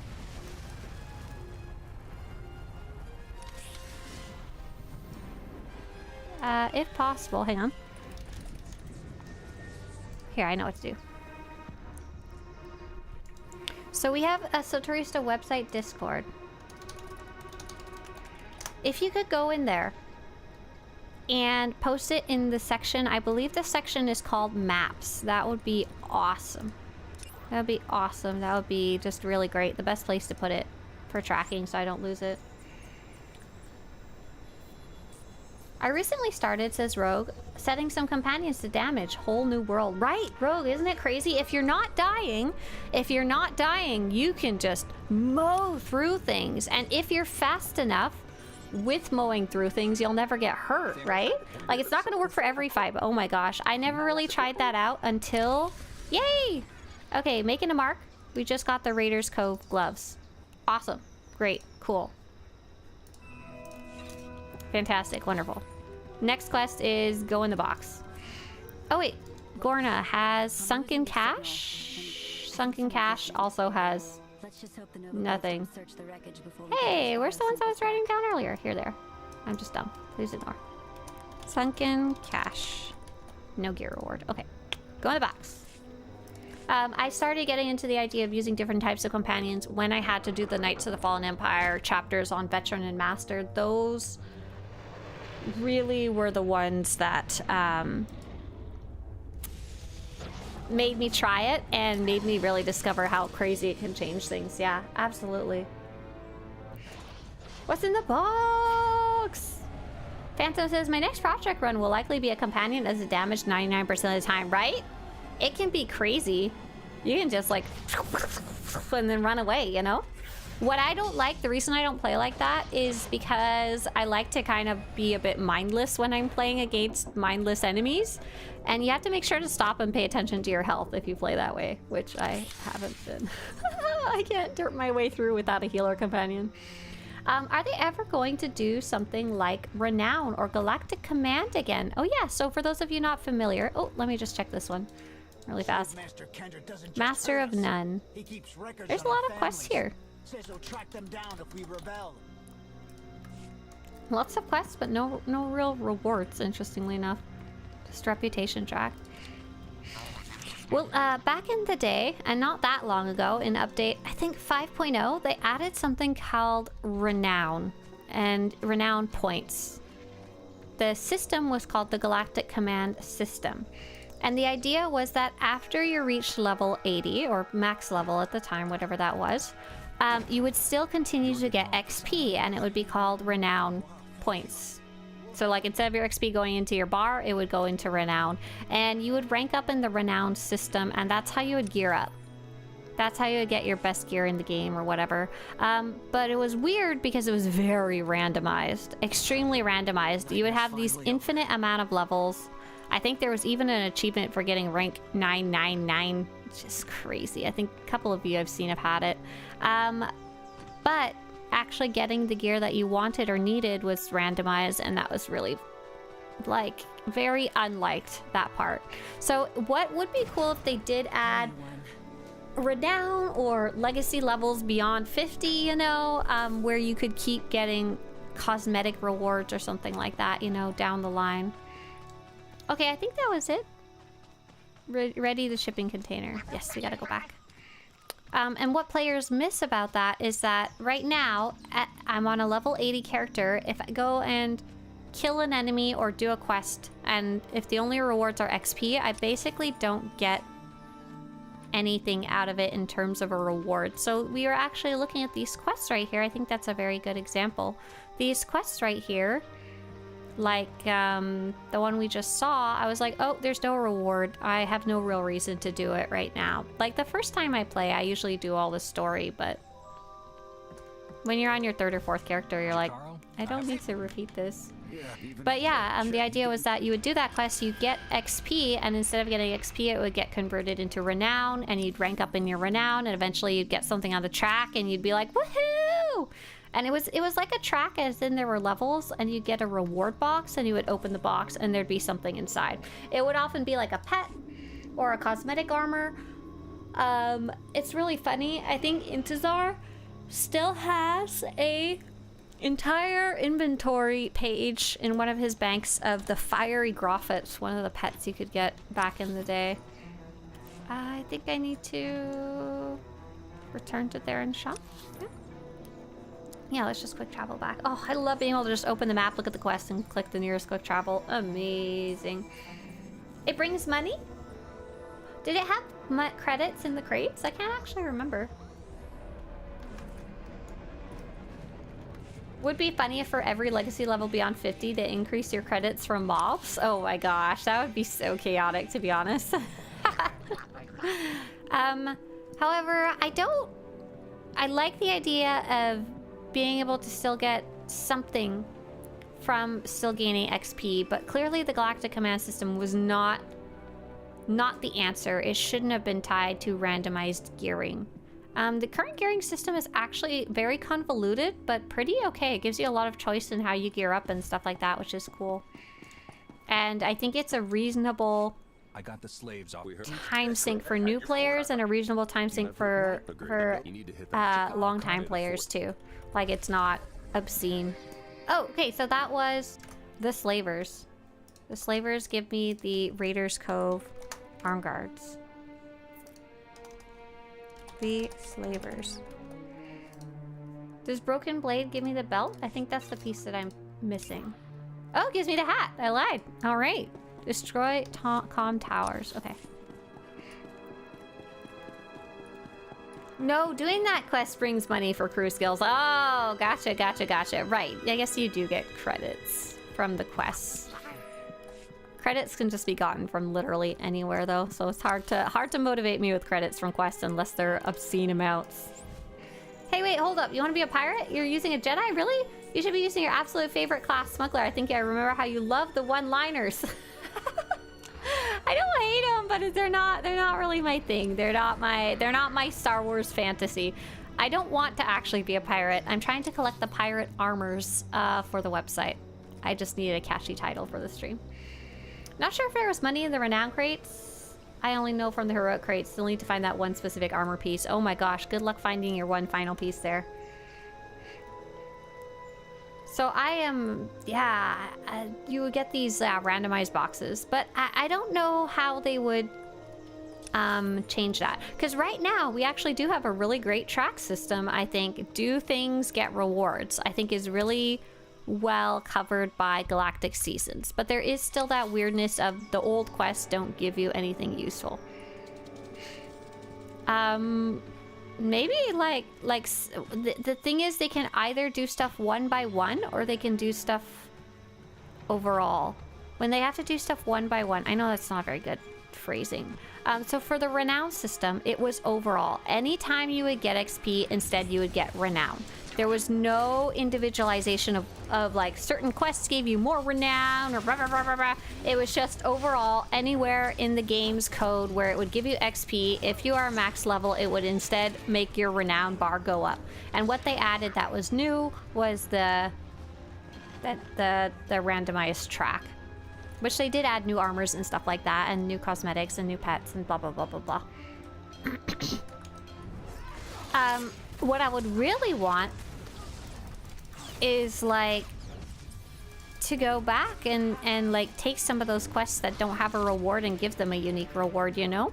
Give them a reward you only get from that quest. Like, for example, we're trying to collect these armors right now, and as far as I can tell, these Corsair ones, there's no way to get them anymore, I don't think. Don't quote me on that, but I don't think there's any way to get them. So wouldn't it be cool if each of those individual quests rewarded one of the armor pieces and be like repeatable or legacy bound or whatever, so you can go do it and get it on another character. I really love giving new reasons to go into old content. Like, I love each of the flashpoints to drop unique stuff, and you know, each of the, I don't know, I was gonna say each of the heroics to drop unique stuff, but it has the alliance crates system now, which is kind of weird. That one's very randomized though, but people seem to like it. You guys collect them. But you know what's neater? Doing anything for alignment points. Just flip a switch, bam, now I'm getting dark side points. That system made no sense whatsoever. Like, I love the concept of like, wow, a server-wide battle of dark versus light. That sounds so cool. But in practice, it didn't work at all. And then you would be like crafting and getting dark side points, or you'd be like gambling and getting dark side points, or whatever gave you XP would give you dark side points, and that also made zero sense. Oh my gosh. So very silly. Hey, who is that? Hey, Dr. Gameology. Hey, we're talking about, I'm sure you maybe remember back in the day we had the Renown and Galactic Command system where you would continue to get XP even down the road after you were max level. You would still get rewards from XP. Dr. Gameology and friends, what are you guys playing? What are you guys up to? Remove the decoder module. Okay. Right now I'm trying to go collect old obscure armors. Trying to get me some more pictures for the website. Oh, you want me to comment on Renown? Only if it doesn't make you angry. Only if you're playing Final Fantasy Rebirth. Nice, have fun. Have fun when you get back to it. You had some nice armor pieces from the Flashpoints as well, and that you don't get anymore. Yes, that's part of the project. Did I just get a mail? Yeah, I did. That's part of the project, that there is actually a whole bunch of old retired Flashpoint drops that literally don't have an alternative anymore. Like, they don't, like, look at this. This one, this is the only way to get the blue version of this armor. I know dyes are a thing, I'm aware, but there's a bunch of armors that the specific colorations, there is no other way to get them. It's kind of crazy, kind of wild how much there is, and that is a big part of the project that I'm working on right now, is tracking those, not tracking them down, just tracking them. What am I doing? Oh, I'm still trying to... Oh my god, I do this every time. Every time. I need to destroy the comm towers, but also press the little button that shows up. I keep like blowing them up and running away. And every single time I've ever done this quest, that's what I do. Because I'm a dummy. There's something here. Something here I can click. Here we go. Dr. Gemology says, I liked Renown well enough. It did help you to the max gear without being a Nightmare Mode Raider. Right, yeah, that was one weird thing about it. You can do that now, luckily. There's the current system allows you to. It's just, it'll take you longer, you know? Which I do appreciate, that's an option. Some old sets being so obtuse to get. Yes, some are obtuse and many are just downright unavailable. But yeah, that's what I've been working on. Working really hard on tracking and really verifying, I guess you could say, and really taking a really good look at. Because I want to be able to provide a list to the devs that's really super clear so they can draw inspiration from it when they're adding new fitted armors to the game. Like, prioritize these ones because there's no other way to get them.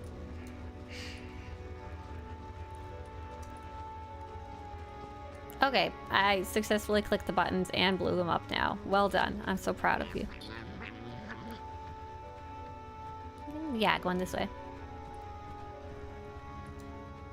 Yeah, a lot of the old Flashpoint ones. Some of them have an equivalent of some sort.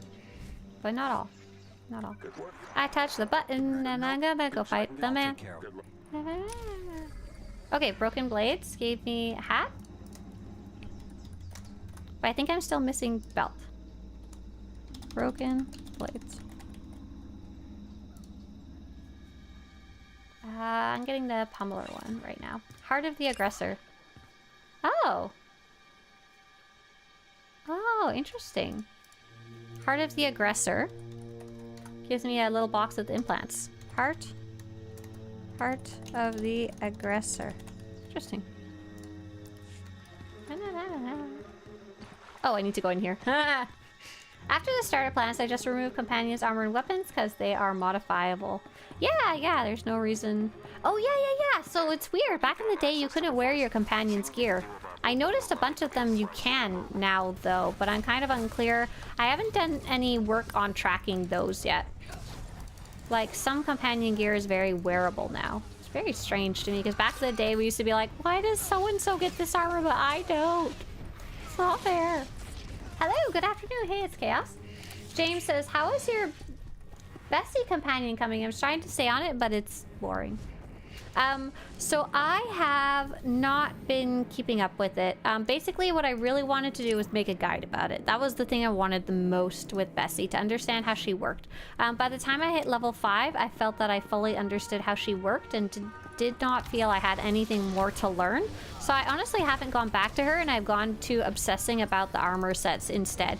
There's a good chance I may return to her in the future though, because I didn't dislike working on her. I actually found it pretty fun once I got into the swing of things, I guess, and understood how it works. It saddens me when people delete that armor set pieces from the quests on this planet. Oh my gosh, Confused Santa.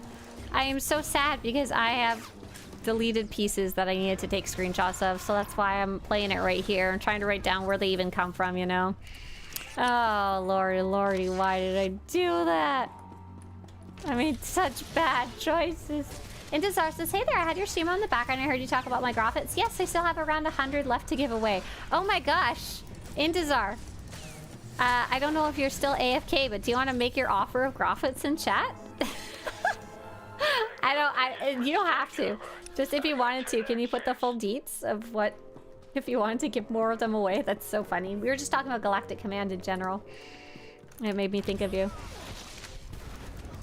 I laughed back in the olden days when you put Blizz in heavy armor or so, and then on the other hand, you can still get the HK droid parts after finishing the HK51 quest. Oh yeah, that's right. There used to be droid gear. Like droid companions still needed gear, but they couldn't wear armor. Yeah, you're right. Which class do you think has the best story? Hey there, Valhalla Sage. The one that I tend to go and repeat the most, because I like playing it, is the Sith Inquisitor. A lot of people recommend the Jedi Knight or the Sith Warrior. If you like wisecracking stuff, the Smuggler is great for that. The one I think has the best story is the Imperial Agent, because it has the most twists and turns, but it's not necessarily the one I'd recommend as the first character. Honestly, just kind of flip through the 8 stories. Like, take a quick look. I don't even know if you can see them in the character creator anymore. I can't remember. And see which one kind of calls to you, which one seems like your Star Wars fantasy, you know? I love the idea of something you unlock long term, says James about Bessie. I just really hate the arbitrary limits of you have a 100 whatever cap. Right, and the idea was they wanted to give you something long term that you couldn't finish in a day. Because some players are really nuts, and they will, and they burn themselves out. But yeah, Bessie is just really funky. Bessie's really weird. Aw, Hand of Chaos says, I'm watching my son right now, but I'm gonna play some SWTOR later today. I'm finna play some SWTOR. Have fun when you do. But spend time with your son. In the meantime. Hi, Hand of Chaos' kid. I'm just going back up through chat. Sorry for the delay on YouTube side of things. Kyle Miranda says, I'm pretty new. How does the player skill tree work? Sorry, I don't know if you explained already. Hey there. Hey, welcome to the game. I hope I didn't already miss you, and I apologize if I did, but I'd be happy to show you the tree. So you've got your character sheet. Your little character sheet. And you've got your combat style, and that's where your something's attacking me, but I can't see what. Hang on. There's something here, but it's invisible. Huh? There we go. Here it is. Whoa, above it. Murder incoming. Okay, so you've got your character sheet, and you go to combat style, and you've got this tree. So if you're level 80, the entire tree is unlocked. If you're below level 80, more will unlock as you level up. The tree has choices in some parts, and other parts you just get them when you reach that level. So for example, at level 35, I will get the overhead slash and kill things with it. There are some parts of the tree that are connected. So you see they're connected with a line. Those are choices that are related to one of your abilities, and that's what this little looping line is trying to tell you. So you can choose any one of these 3, and you can change these little options pretty much anytime, which is pretty cool as long as you're not in combat. The trees, you can change to a totally different tree and discipline, so different abilities and stuff like that here. However, I don't recommend clicking it here. I recommend using loadout so you can more easily switch between them. That's generally how it works, Kyle Miranda, but feel free if you have any more specific questions, feel free to ask, absolutely. I'm supposed to click something. Oh, here it is. I see it.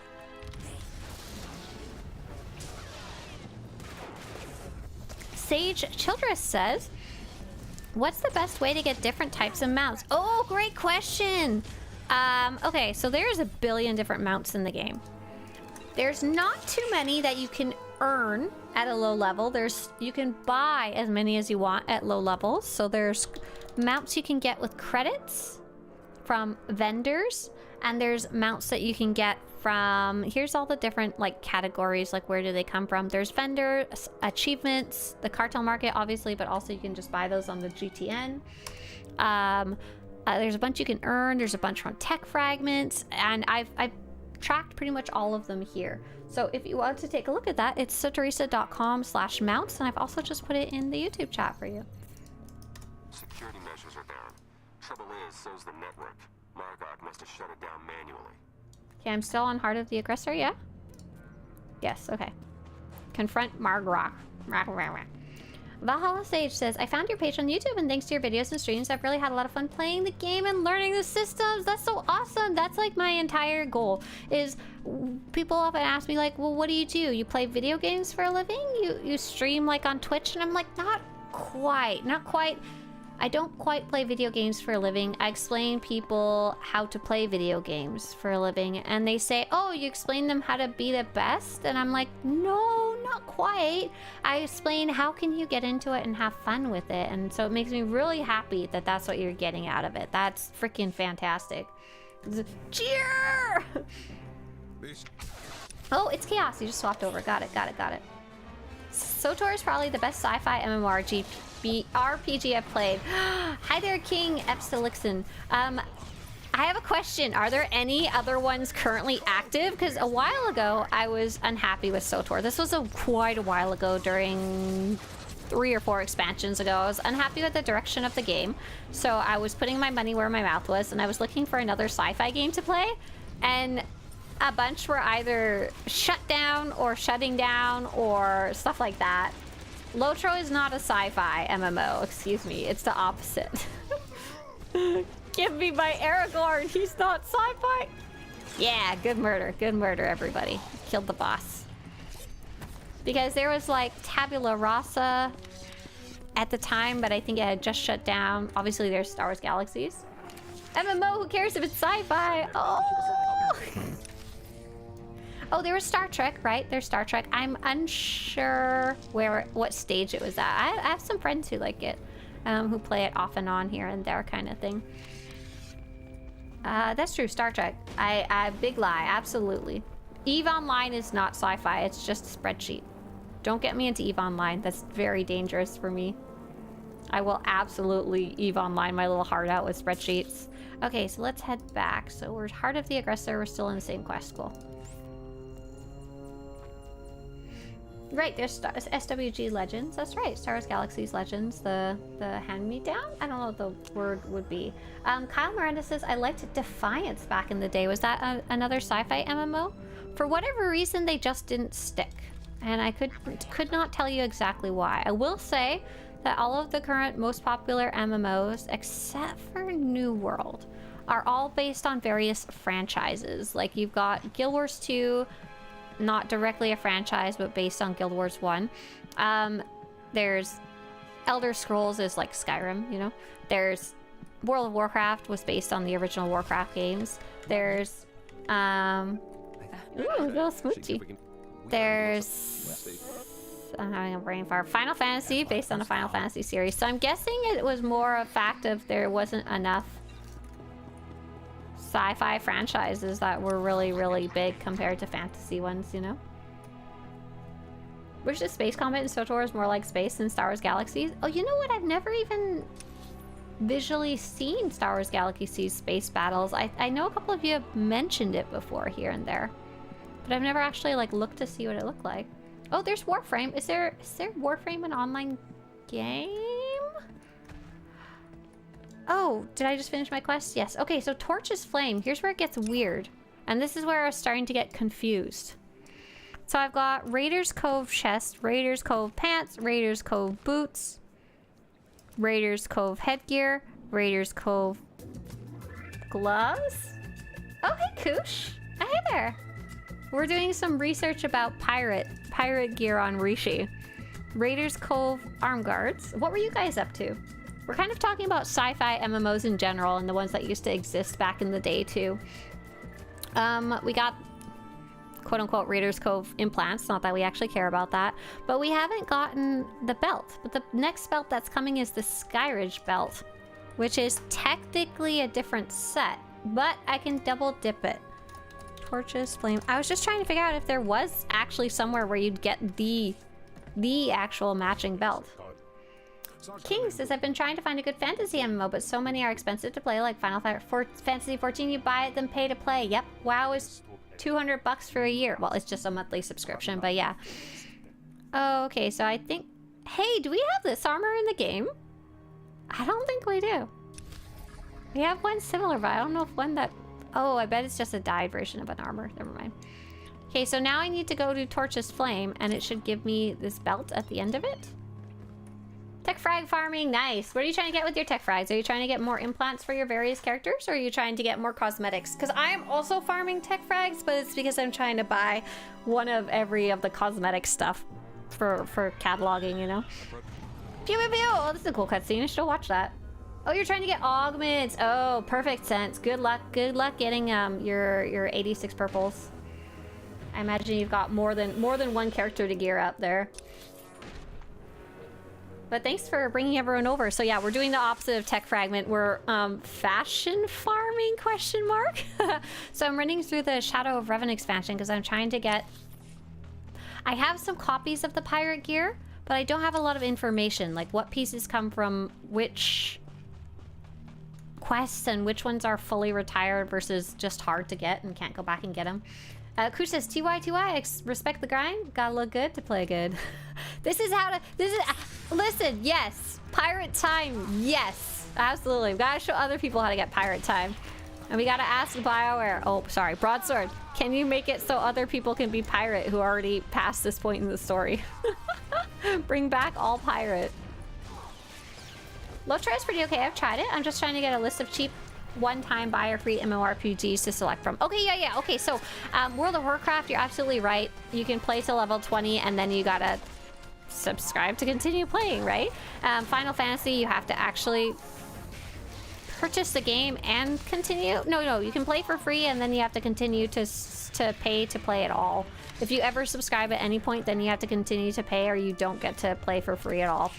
SWTOR's pretty good. SWTOR is pretty good because it does have... It's not fully free to play, but the free to play is really extensive. So basically what we tell people for SWTOR, maybe you're already aware of this, excuse me if I'm repeating something you've already heard. You subscribe once and it'll unlock all the current and past expansion stories permanently. So if you pay 15 bucks once, you'll have a huge portion of the game unlocked permanently, even if you unsub the next month. The catch is that there's still going to be some stuff you can't do, like operations and certain things take longer or whatever, you know? But that doesn't really, that's not a major issue in my opinion. Fair trade-off, you know? Guild Wars 2, as far as I know, is also probably one of the most free-to-play.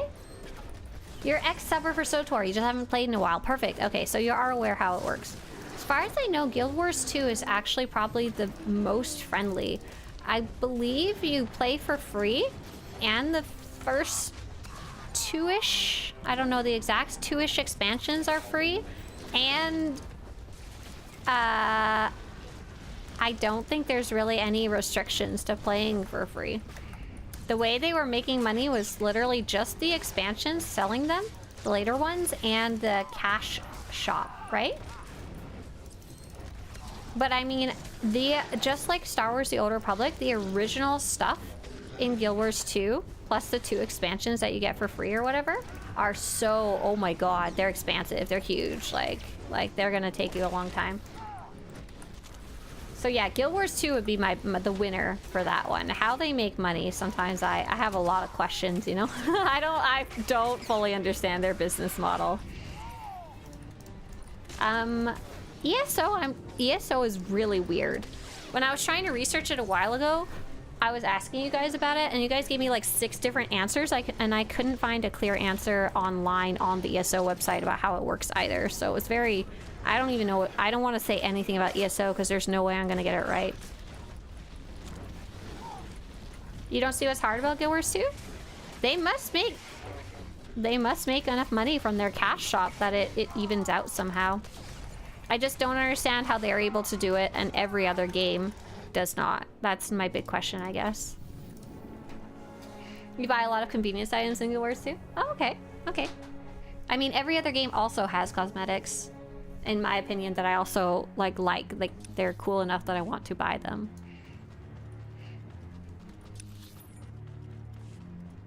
Let me out of here. Let me out. Cosmetics and mount skins, etc. But that's in all the other games too that have other additional payment methods. Tons of people buy cash stuff because people sell this stuff like nuts on the market. Oh, so it's like SWTOR where you can sell it on the GTN. Cool. Don't know what you're doing in our cool. compound. Since you're here. More murder. More murder. So we have Soso over on YouTube side of things says, in my opinion, as far as the story origin, I really like the smuggler story, the Han Solo story, right? It is very much the wisecracking smuggler. Absolutely. Sarcastic and spicy and absolutely.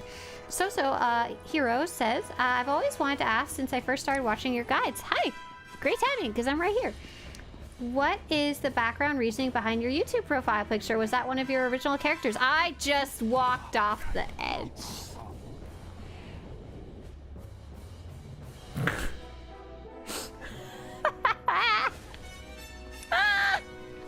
Oh no! Did that explain your question? No, just joking.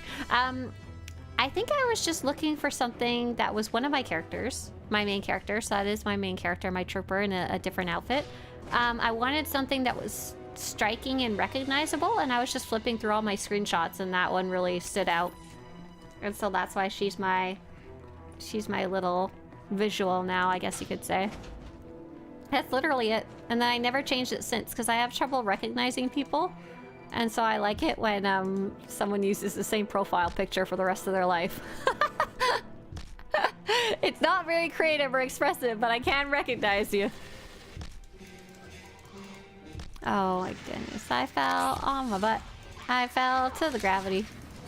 Yeah, that's literally it. Austin says, Life Day question mark. And hey, oh hey Austin. Austin had a, sorry, your proper question was, been seeing more and more of this game on Reddit, YouTube, etc. Was there a big update recently? Hey, so yeah, actually there was. There was update 7.6. I wouldn't necessarily call it a big update. What they've been doing is they've been focusing on really good updates that are on a regular basis, and the last one was update 7.6.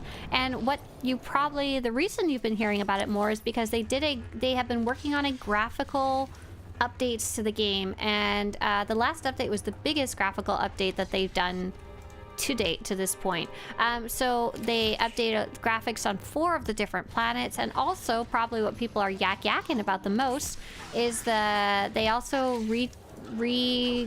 updated the graphics of the characters, the character models, which is kind of crazy for a 13-year-old game. And lastly, in the last update, they also added basically 100 new quests to the game in something called Dynamic Encounters, which has been really cool so far. Very fun, casual content and low-level content that you can do at any level. So hopefully that kind of answers your questions. Oh yeah, and so our friend JR said that update 7.6 plus during Christmas. Oh, I just died. I tried to kill too many babies at once. I made bad life choices. This is why I have a healer companion, otherwise I really can't do that. There was a bunch of different events going on all at the same time. During holiday times, we get the Life Day event, which people, you're right, absolutely do like. Don't forget to resummon the droid? Oh. Oh, hey. Yeah, I should, thanks. Oh yeah, make sure to switch your security key to your new phone. Do it before it's too late, because you'll regret it later if you don't. Watch that first step. It's a doozy. Ha ha ha ha. Oh, interesting. In Guild Wars 2, you can use the cartel coins of the game to buy credits, to buy in-game gold. That is interesting. Oh, look, a giant Rapcore. Oh, his title is the Mountain of Death. That is such a good name. Solid name. Where can I find reshade presets for the current game and reshade version? Oh, I don't know. I've never actually tried reshade at all. If anyone has any advices about that, feel free to share with our friend asking here. That's Kyle Miranda. And hey there, Alias.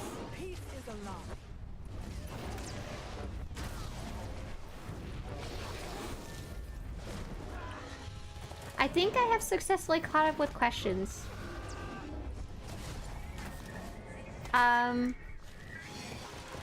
If I haven't, if I missed either your question on Twitch or YouTube, feel free to copy and paste it over.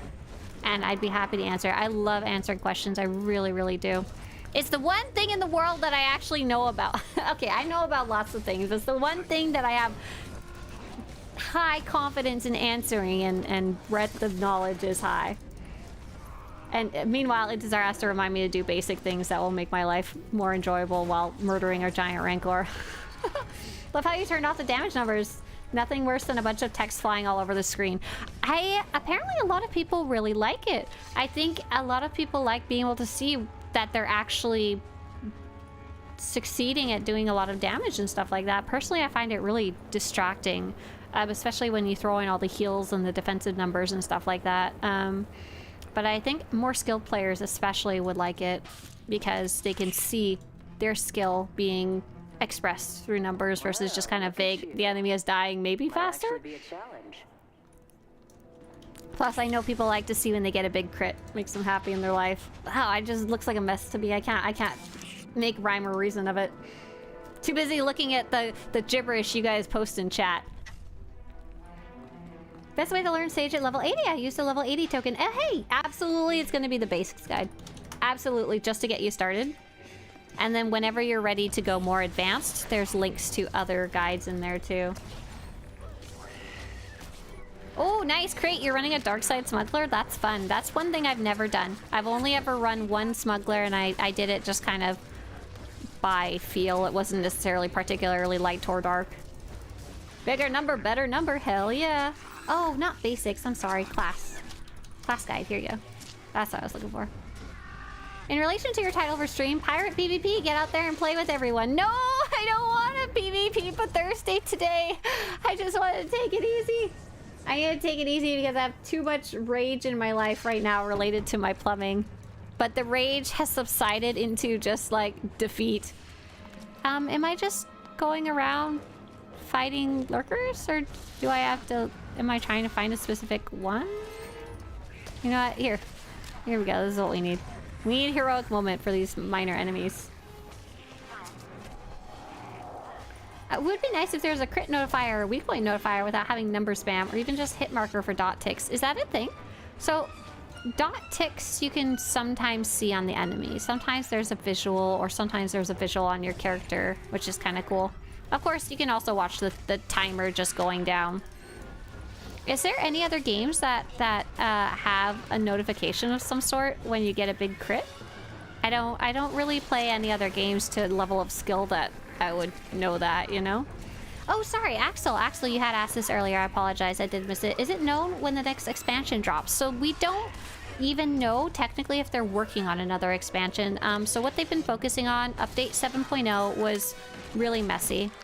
Really not a very good update in terms of the health of the game and the success of the game and stuff like that. It was very messy. Everything was delayed. Lots of things were super bugged to the point of frustration versus just annoyance. And so they've been focusing on doing big updates, decent-sized updates consistently rather than expansions. So the last one was update 7.6. The next one will be update 7.6.1. And we know that will be coming probably sometime in March. It'll be between the end of March and February 18th, during that time period, based on some stuff that they said so far. So we're just kind of waiting for more news. Probably won't get more news until next month, I would guess, in February. Big mommy lurker, where?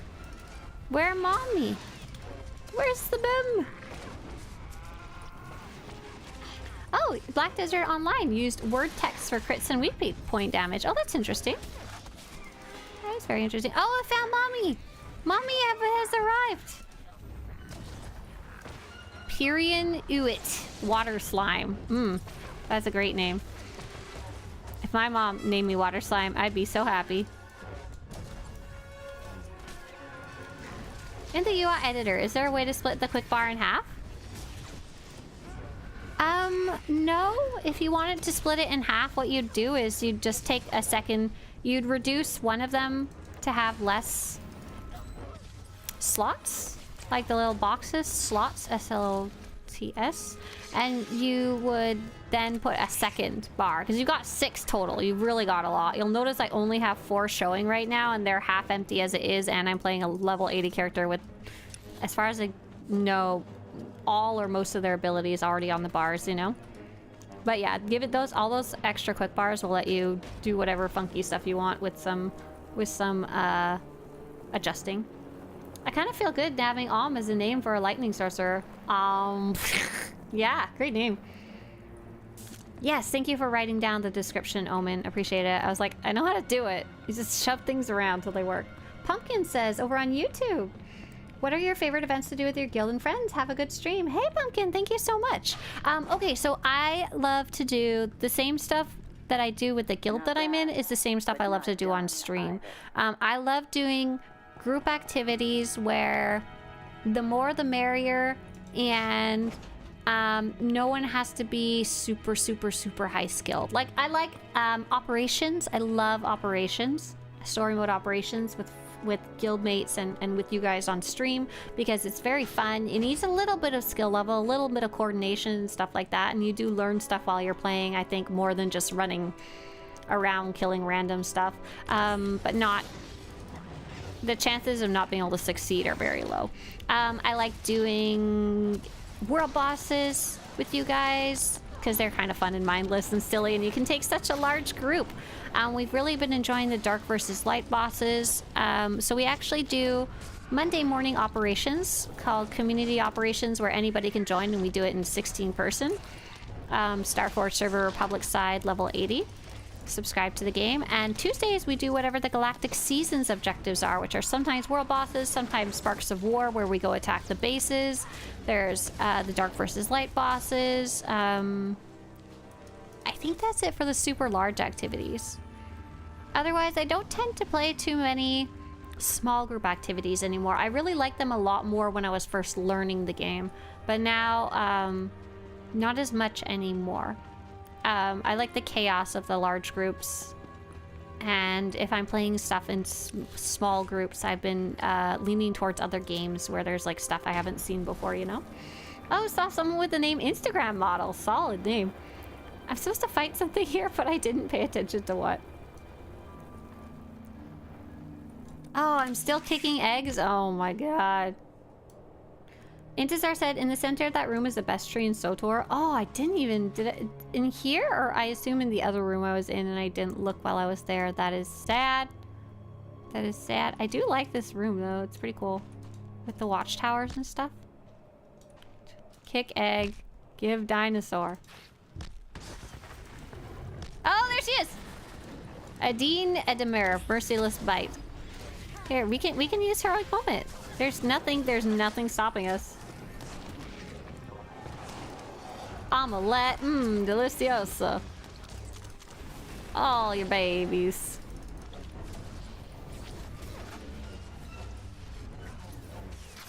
So there was a question from something about credits. Here we go. Danielle Sandoval over on YouTube says, hello, what is the maximum limit of credits as a preferred currently? So it's 1 million credits. It's the same for free to play and preferred. That's a very low amount if you're looking to go shopping. But there are different ways to get around it. And I do have free to play tips. I have a whole bunch of tips about how to kind of handle that. Free to play tips. Swtorista. Here we go. So I'm going to link that for you in YouTube chat if you wanted to go check it out. I think a bunch of them are actually covered in the video. The video's on the older side, but I think the text guide is way more up to date. Okay, I defeated all 3 of the monsters. The last one, the whole Flashpoint is pretty. It's worth to stop and look up around. Can I go back in? Is it too late? I think I may have blew my chance. I'm not sure I'm allowed back in, nor do I even know exactly which room it was. Oh no! I should probably focus on finishing the Flashpoint or I'm gonna get lost and never finish it. It's Chaos says, I love to see everything going on, but not gonna lie, I sometimes think about putting a quick bar in the middle of my screen to watch cooldowns better. Kind of like when I play a healer, I get the ops window right in the middle to the side a bit. So I'm actually in favor of that concept. So on my Vanguard, I barely even need to look at my bars at all because I just know them so well. There's 1 or 2 abilities I need to check if they're like ready or not and stuff, but for the most part I don't even need to see it. But I have plenty of other characters where I've barely just gotten started watching stuff for them and knowing what to look like, and I have absolutely put my abilities right in the middle before. What you can do is if you go escape interface editor, you can make a second combat only one and swap over to it when you do things like operations or flashpoints where you need a little more skill level.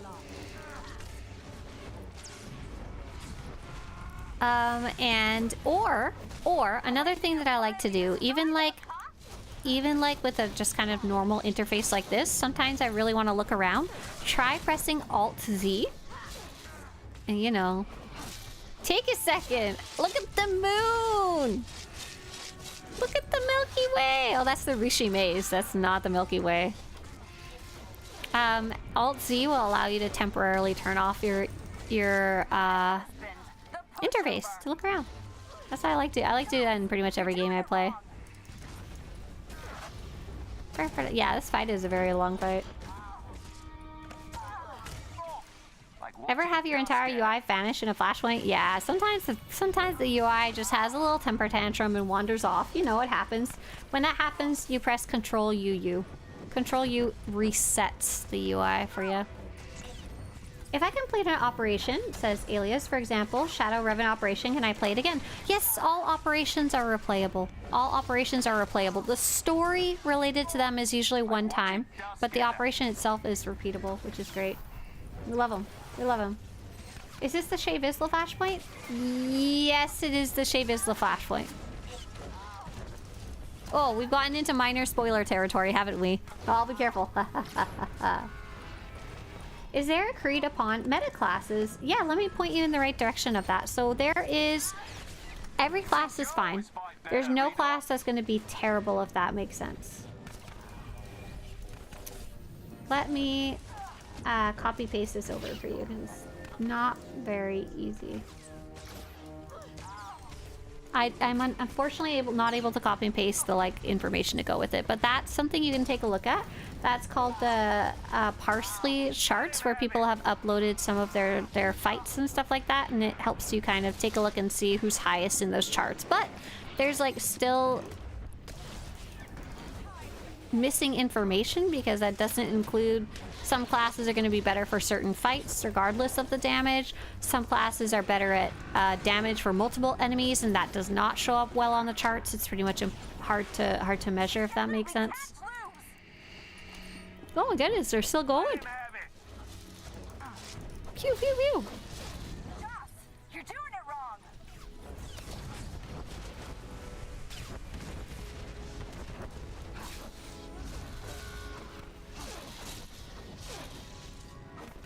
I think there was a question that was something like, where can I find on the YouTube side of things, but I can't find the question anymore. I apologize. I don't know what the question was. But yeah, so I'm just working on earning this pirate stuff, but this Flashpoint might be done sometime this decade. I'm not entirely sure what's going on. Let's see, can I pop Heroic Moment again? Is there any reason not to?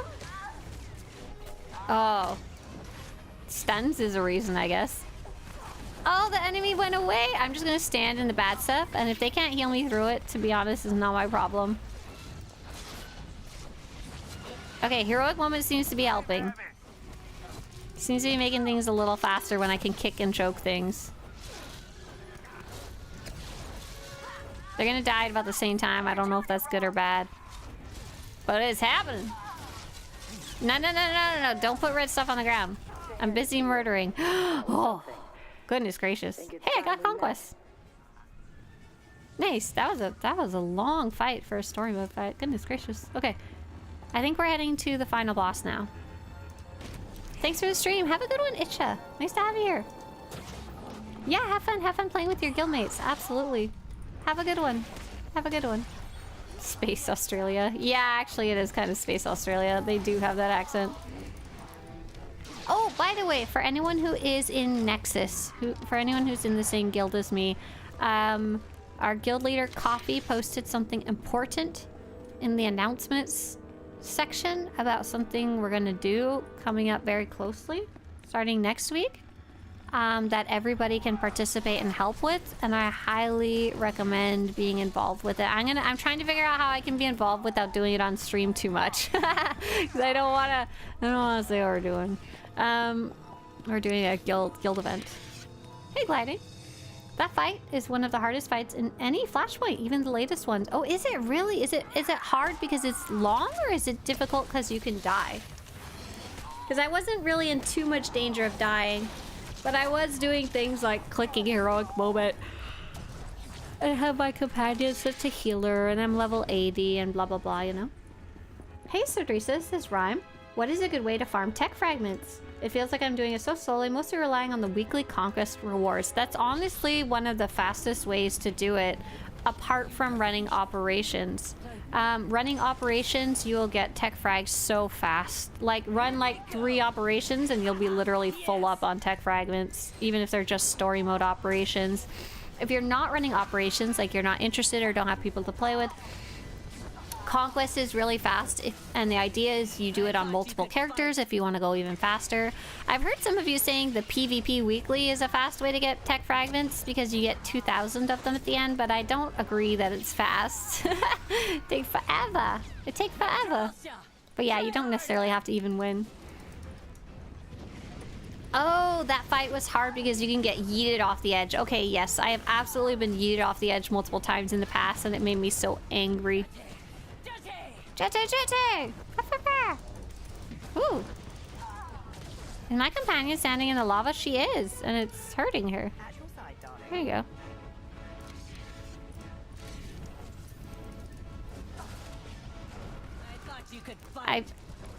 Can the combat support droid die? Serious question. It's just standing there doing nothing in the lava.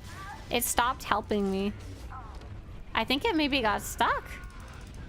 What happened? Try harder. Try harder. No! Now the real fighting Okay, maybe it'll get fixed now? Oh, he got pulled to the center! Oh, my companion! Pushing yourself or not? Run away! Oh no, she's not gonna make it. Yeah, what's gonna do about it? I think the combat droid fixed itself though, so that's nice. Whatever it was doing was nothing. It was doing something now. Yeah, tech fragments, operations like Dread Fortress, Dread Palace is a great way to get them, but any operation honestly is fine. Those two are just kind of a fan favorite. Yes. But hopefully that answered your question, Ryan. Eclipse says, what are some good ways to make credits? Kind of new. Hey there, welcome to the game, Eclipse. So if you're new, I'm guessing you're probably not max level yet. And be very aware that at lower level, making credits is kind of a futile task because everything gives more credits, from quests to the rewards you can get from quests that you can sell. All of those are better at a high level. So it's kind of silly to worry too much about them at a low level. Now with that said, oh, I don't want to die. Heal me, you robot. Jeez. So at a low level, however, if you do want to try to make credits, one of the best ways, I don't have like a guide on this, is probably not crafting, but gathering. So picking up gathering skills like archaeology, scavenging, slicing, or bioanalysis, and as you run around the world playing and questing, to pick those up off the ground, those materials. The materials will automatically go into your materials bay, so you can use them for crafting, but you can take them out and sell them to other players, and that can be like a really good way to make some cash money. Otherwise, there's not really a lot you can do that gives you credits in a way that's substantial. I hope that answered your question, but if you are max level or you're getting close, we have a more in-depth guide. I need to adjust some of the pricing, but all of the tactics are the same. All the tactics are the same. Won't let you win. Oh, the droid can die? Oh my god. No die, robot. No die. Only kill. I'm gonna use Heroic Moment just to make things go faster, see if it helps. Seems like it is. I can see her health bar going down. It's a little bit faster. Ew. Oh! Oh man, my poor companion. Poor companion. Poor companion doesn't understand, don't stand in the lava. You win. Shea Vistle's getting... Oh, shoot. She died. Do I have any health packs? No! And the combat support droid is standing there doing nothing! Oh, no, no, no, no, no, no, no, no, no.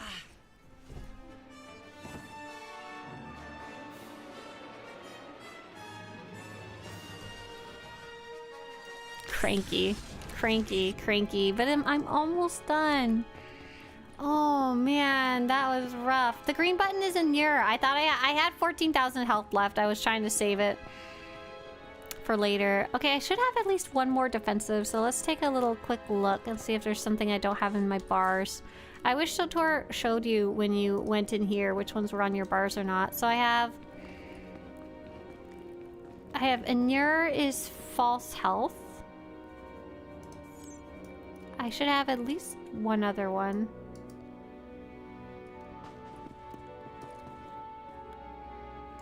I can actually, it'll be easier if I do this. I think I'm playing Vigilance. Vigilance, Vigilance, Guardian. Desktop. Vigi. Don't forget the droid, don't forget the... Oh, the Kolto stations! Oh, I forgot those were a thing. That's part of my problem there. Rotation. And go to abilities. So I have for defensives, I have Saber Ward. It looks like an egg. Oh, Saber Ward got put on my rotation bar by accident. How did that happen? That's a defensive baby. And then Focus Defense. Okay, this one is a defensive.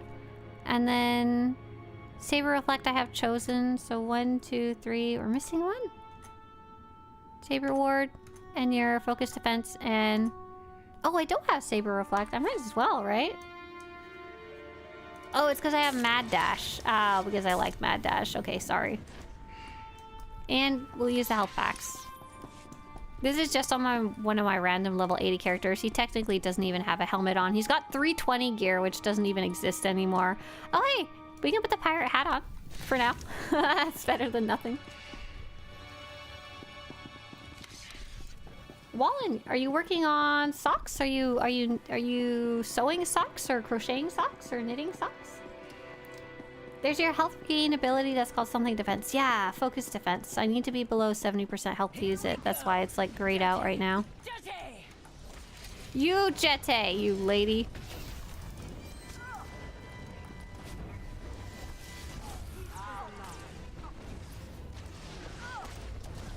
And where's the one that gives me? There we go. That's the one. Let's get my rotation a little more under control. So 1, 2. That'll be 3. Pushing yourself or not? 1, 2, 3. Ew. Hey, my companion's not standing in it for once in their life. 1, 2, 3. Vigilant thrust. Oh, Blade Barrage got lost. Oh, everything got so funky. I was missing Blade Barrage this whole time. Do you have less than half your energy left? Use this one. And then it's Whirling Blade is option 1. Riposte is option 2 if it's available. Saber Throw is option 3, and this is option 4. Perfect. Okay. I didn't even have my rotation set up correctly. That also wasn't helping any. Companion's gonna die from standing in the stupid... No, she's not. Good combat support droid healed her. Pushing yourself or not?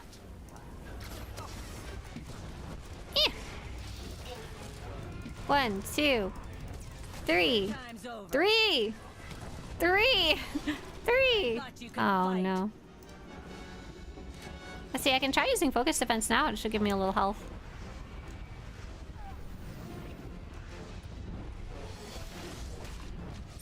Ew.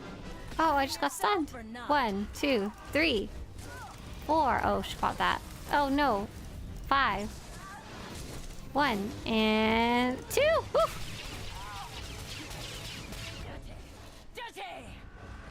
Want a whole drawer filled with socks, but this time it's a new technique and I dropped the salvage stitches again 2 hours ago. Oh, you're knitting! Awesome! What is a salvage stitch?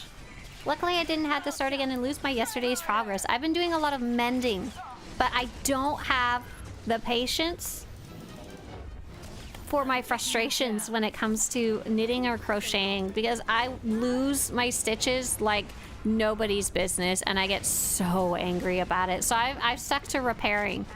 Like I know how to make patches and stuff now, which is super cool. Like super neat. Really like it. Right now I'm working on upholstering some chairs though, so all of the small crafts have been have been set aside for that one because they're taking up so much space. Oh, the edge stitches. Gotcha. Gotcha. Okay, where are the Kolto stations? I see them now with my eyes. I just need to use them when my droids... Look, my droid is currently just giving up right now. Now is a great time to use that Kolto station because my droid's an idiot. It's so stupid. It's so dumb. I'm taking you down.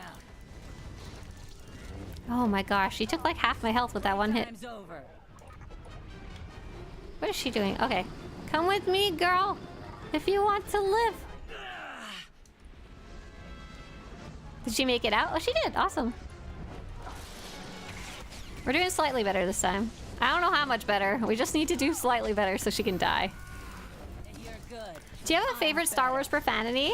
Bantha Poodoo. Okay, I was about to say I hate them all. Like I hate all the alternatives to bad words like criff and frug or whatever else. Okay, but I do like Bantha Poodoo. Mostly because Mission Bayo says it and it's friggin' adorable. Swapping loadouts should keep skills in the same spots. Oh, okay, yeah. So Rhyme says, is there a way to save your action bars when you swap loadouts? Yes, yes.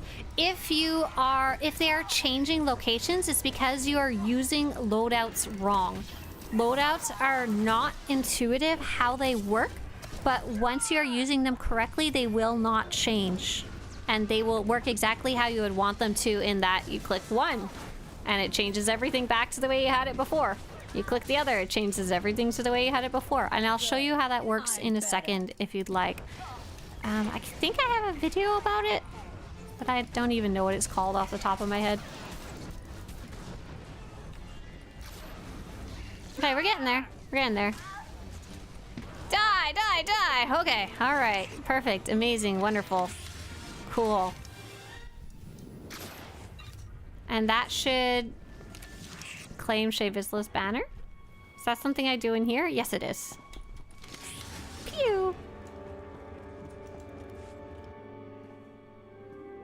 Okay, we're not going to really watch the story. Awesome meeting of Shea Vizsla. Super cool cutscene with the lava in the background. God love it. Actually really do like it. I'm just getting some Flashpoint rewards here. Complete your class story arc. Okay, so the scars we bear is where I would get... Okay, okay. So, Rishi class story, whatever it's called for your story, it would be the Skyridge chess piece. That's where you would get that. But I have not started, rather I have not finished my class story. I'm like literally on the first quest on this character. So I can't unfortunately do it, but I do have the details for that now at least. And I can do Torch's Flame, which is where I get the Skyridge belt.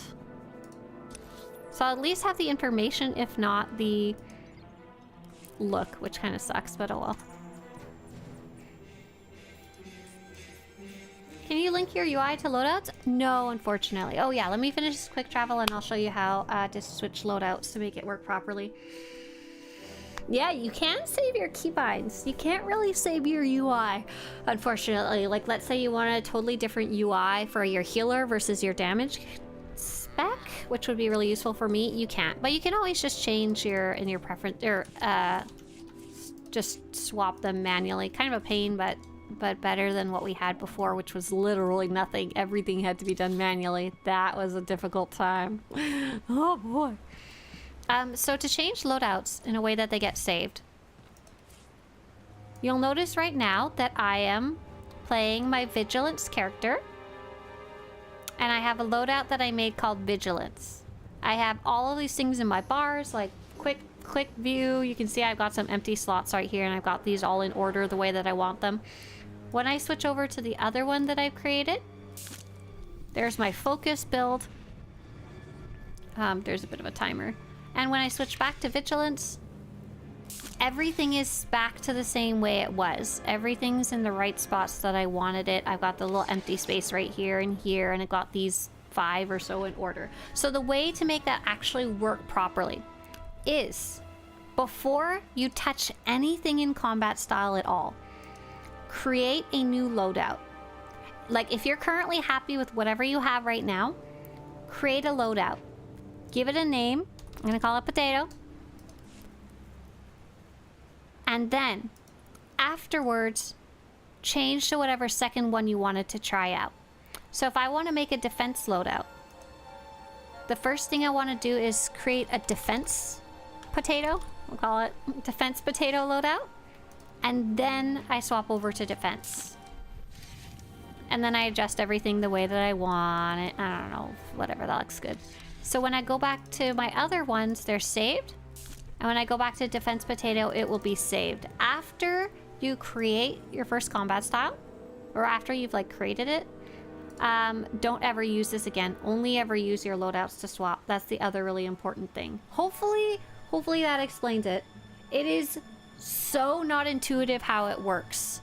And man, is it obnoxious when you accidentally delete your thing that you've spent so hard working on because you didn't know how it worked. Oh, cranky.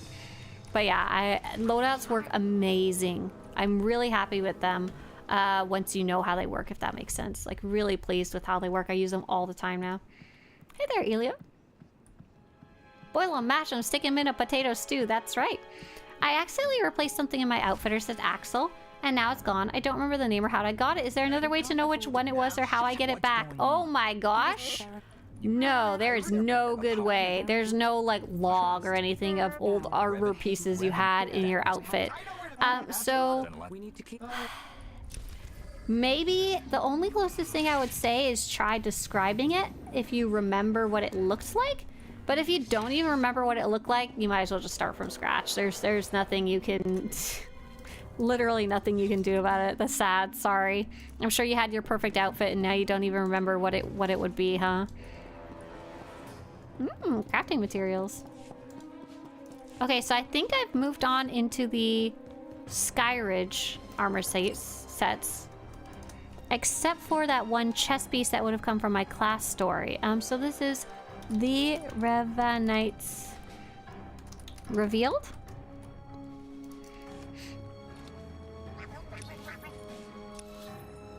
And I need to head to, I need to head to a different section. Oh, I need to head over there. I think I can, no, that's to get to the island. I need to go to a taxi. Yeah. I did that by accident, Nasasu says, last weekend. I changed combat styles instead of loadout. I had to redo all the bars. I know, and it's so sad. It's really frustrating. Like, oh, man. Rhyme says, yes, that helps a lot. I will name my first loadout Potato in honor of your help. No, don't name it Potato. Don't name it Potato. What I like to name it is whatever my discipline is. You won't know what Potato is later, or maybe you will. Maybe you'll cherish this memory forever. I like to name it Vigilance or Focus or Defense, whatever my combat style is. Unless I'm doing another second variation of that same discipline. Like I have one of my tanking ones, I have it slightly different choices for specific fights, and I call it something silly then, like Potato.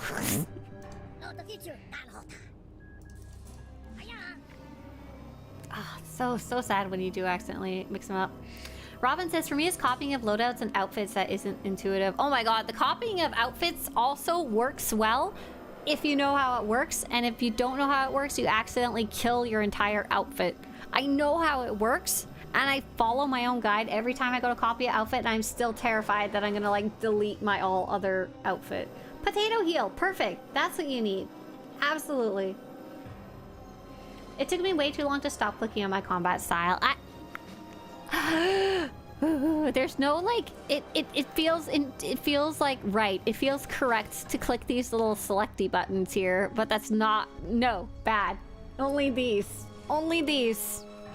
But yeah, the loadouts are really cool because they'll save the locations of the abilities on your bar. They'll save the gear that you have equipped as long as it's in your inventory. Like, oh my god. They'll save the tree choices that you made. Back in the day, we didn't have any of that. It didn't save literally anything. You had to re-equip everything. You had to get all your bars lined up again. You had to get all your tree choices again. Oh my god. That was the reason I have so many characters, because I wanted to learn to play each one, so I had a goal of making 48 characters, one for each discipline. Clearly no longer needed, but I hope that if anyone ever asks me why do you have so many characters, that is why. That is the main reason.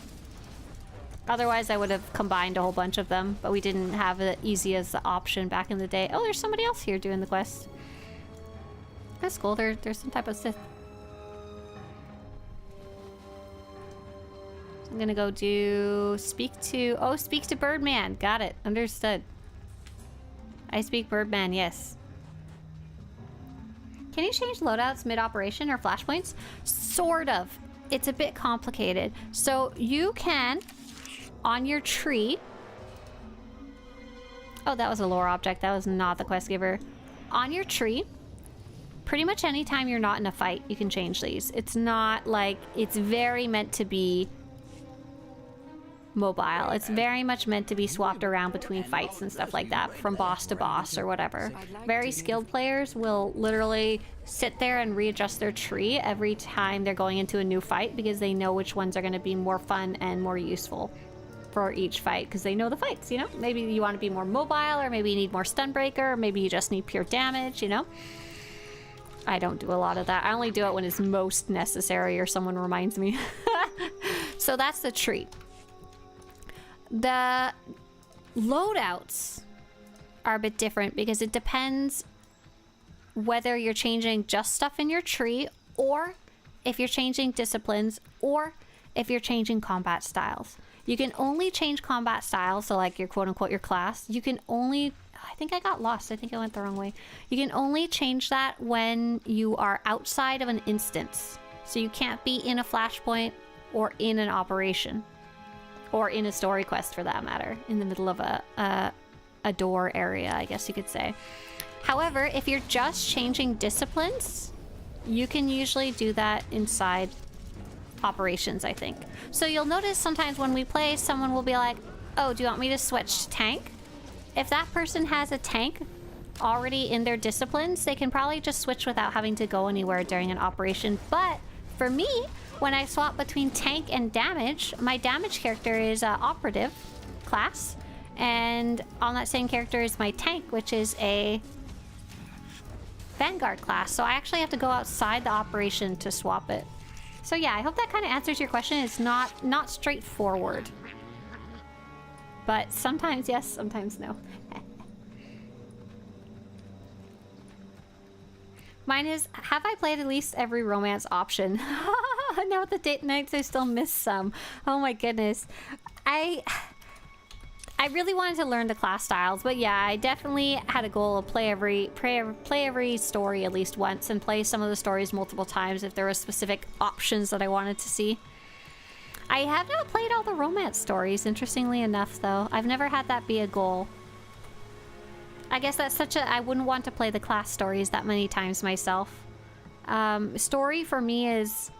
I love story, but at this point, I've played them too many times that I don't really want to go back again. Some of you guys play the stories multiple times. Like Kitty Treats, whenever we... sorry, Kitty Kisses. Whenever we go see Kitty Kisses, he's always playing one of the many stories, and I'm always like, wow, this is probably like the 60th time he's played a story, and I'm always a little like amazed, and he seems to be enjoying himself. He's not like doing it because he has to, you know? It's cool how differently we can enjoy video games, for sure. For example, many of other people are like, how do you only play one game most of the time? I'm like, I do play other games sometimes. I just like it. It just makes me happy. Kira says that actually helps a lot. Thank you. Absolutely. I'm glad that kind of answered your question. I think I have a guide about it somewhere, but because I've talked about earlier in the stream how I was really unhappy with update 7.0 when it came out because it was such a mess. One of the reasons I don't really have good guides about that kind of stuff is because it was such a hot mess. Everything was breaking. There was things like your tactical kept disappearing because it was accidentally going somehow into your ship gear. Your tactical, you'd switch loadouts and it would go into your ship. Like stuff like that. Or like your implant would disappear into the netherworld, and maybe if you're lucky it would appear back in your mailbox, and like it just, oh my god. Sometimes your quick bars wouldn't properly reset. Sometimes your key bindings were resetting. When I logged in 7.0, all of my quick binds had reset, and that literally changes like the basics of just walking forwards for me because I had them set up in a specific way that makes it so I feel I can actually walk my character around fluidly. Otherwise I'm just running into walls without strafe on. Wallen says, my husband asks from time to time if I've finished my goal of playing every romance, and nope. Oh, you should tell him the only romance I want is you. Aww. That's your comeback from now on. But yeah, there's a lot. There's so many of them. It makes sense that you haven't finished yet. And we tracked all the romance. Oh, Skyridge boots from Path of Betrayal. Path of Betrayal. Skyridge Pummeler's boots, or of course, you know, whatever the other ones are, Bulwark boots. Pummeler's boots. There we go. Man, I really wish these were binds to legacy or even binds on equip would have worked well. Though I don't think they really want them to be bought and sold on the GTN. Do you remember what romances you haven't played? Honestly, most of them. When I was doing the romance page about the guide about the romance, I had to do it a lot through YouTube and like info from you guys, which was really weird and interesting. Oh, hang on. Does this person have a quest reward? No. Not the enemy. Not anymore. You need to know who's involved here. The Revenites will take anyone, even the Empire's worst butchers. Colonel Regus Mole, the man who burned New Drestarn, is here. I'd kill him myself if I could get close. Whatever you need to stop these people, I'm in. Okay, so I don't need reputation right now. That's fine. Only gave reputation reward. So I've played Eric Jorgen. I've played Vector.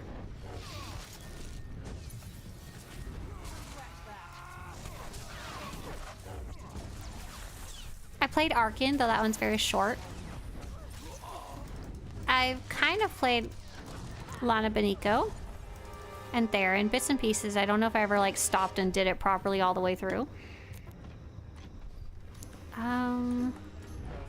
So the problem is a lot of the characters that I made, especially early on, were female characters, and I feel like they have a lot weaker romances in the base part of the game.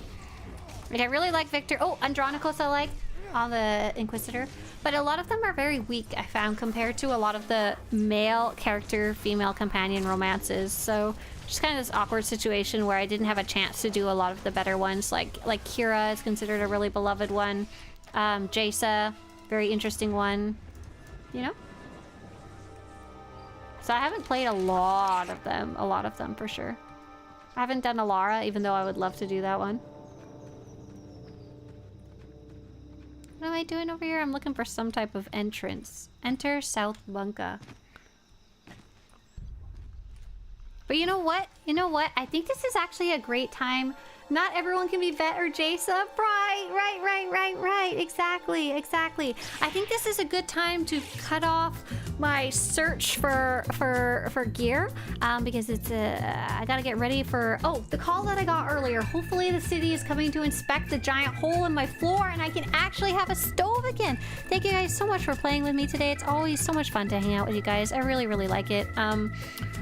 We'll be back tomorrow. I'll probably be doing a mix of trying to be a pirate again and also looking for PvP matches, maybe, if I feel up to it, right? I'll get some PvP and some pirate PvP.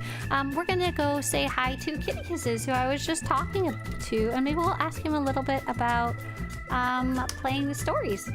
Bye, everybody. Thanks so much for coming in. See you.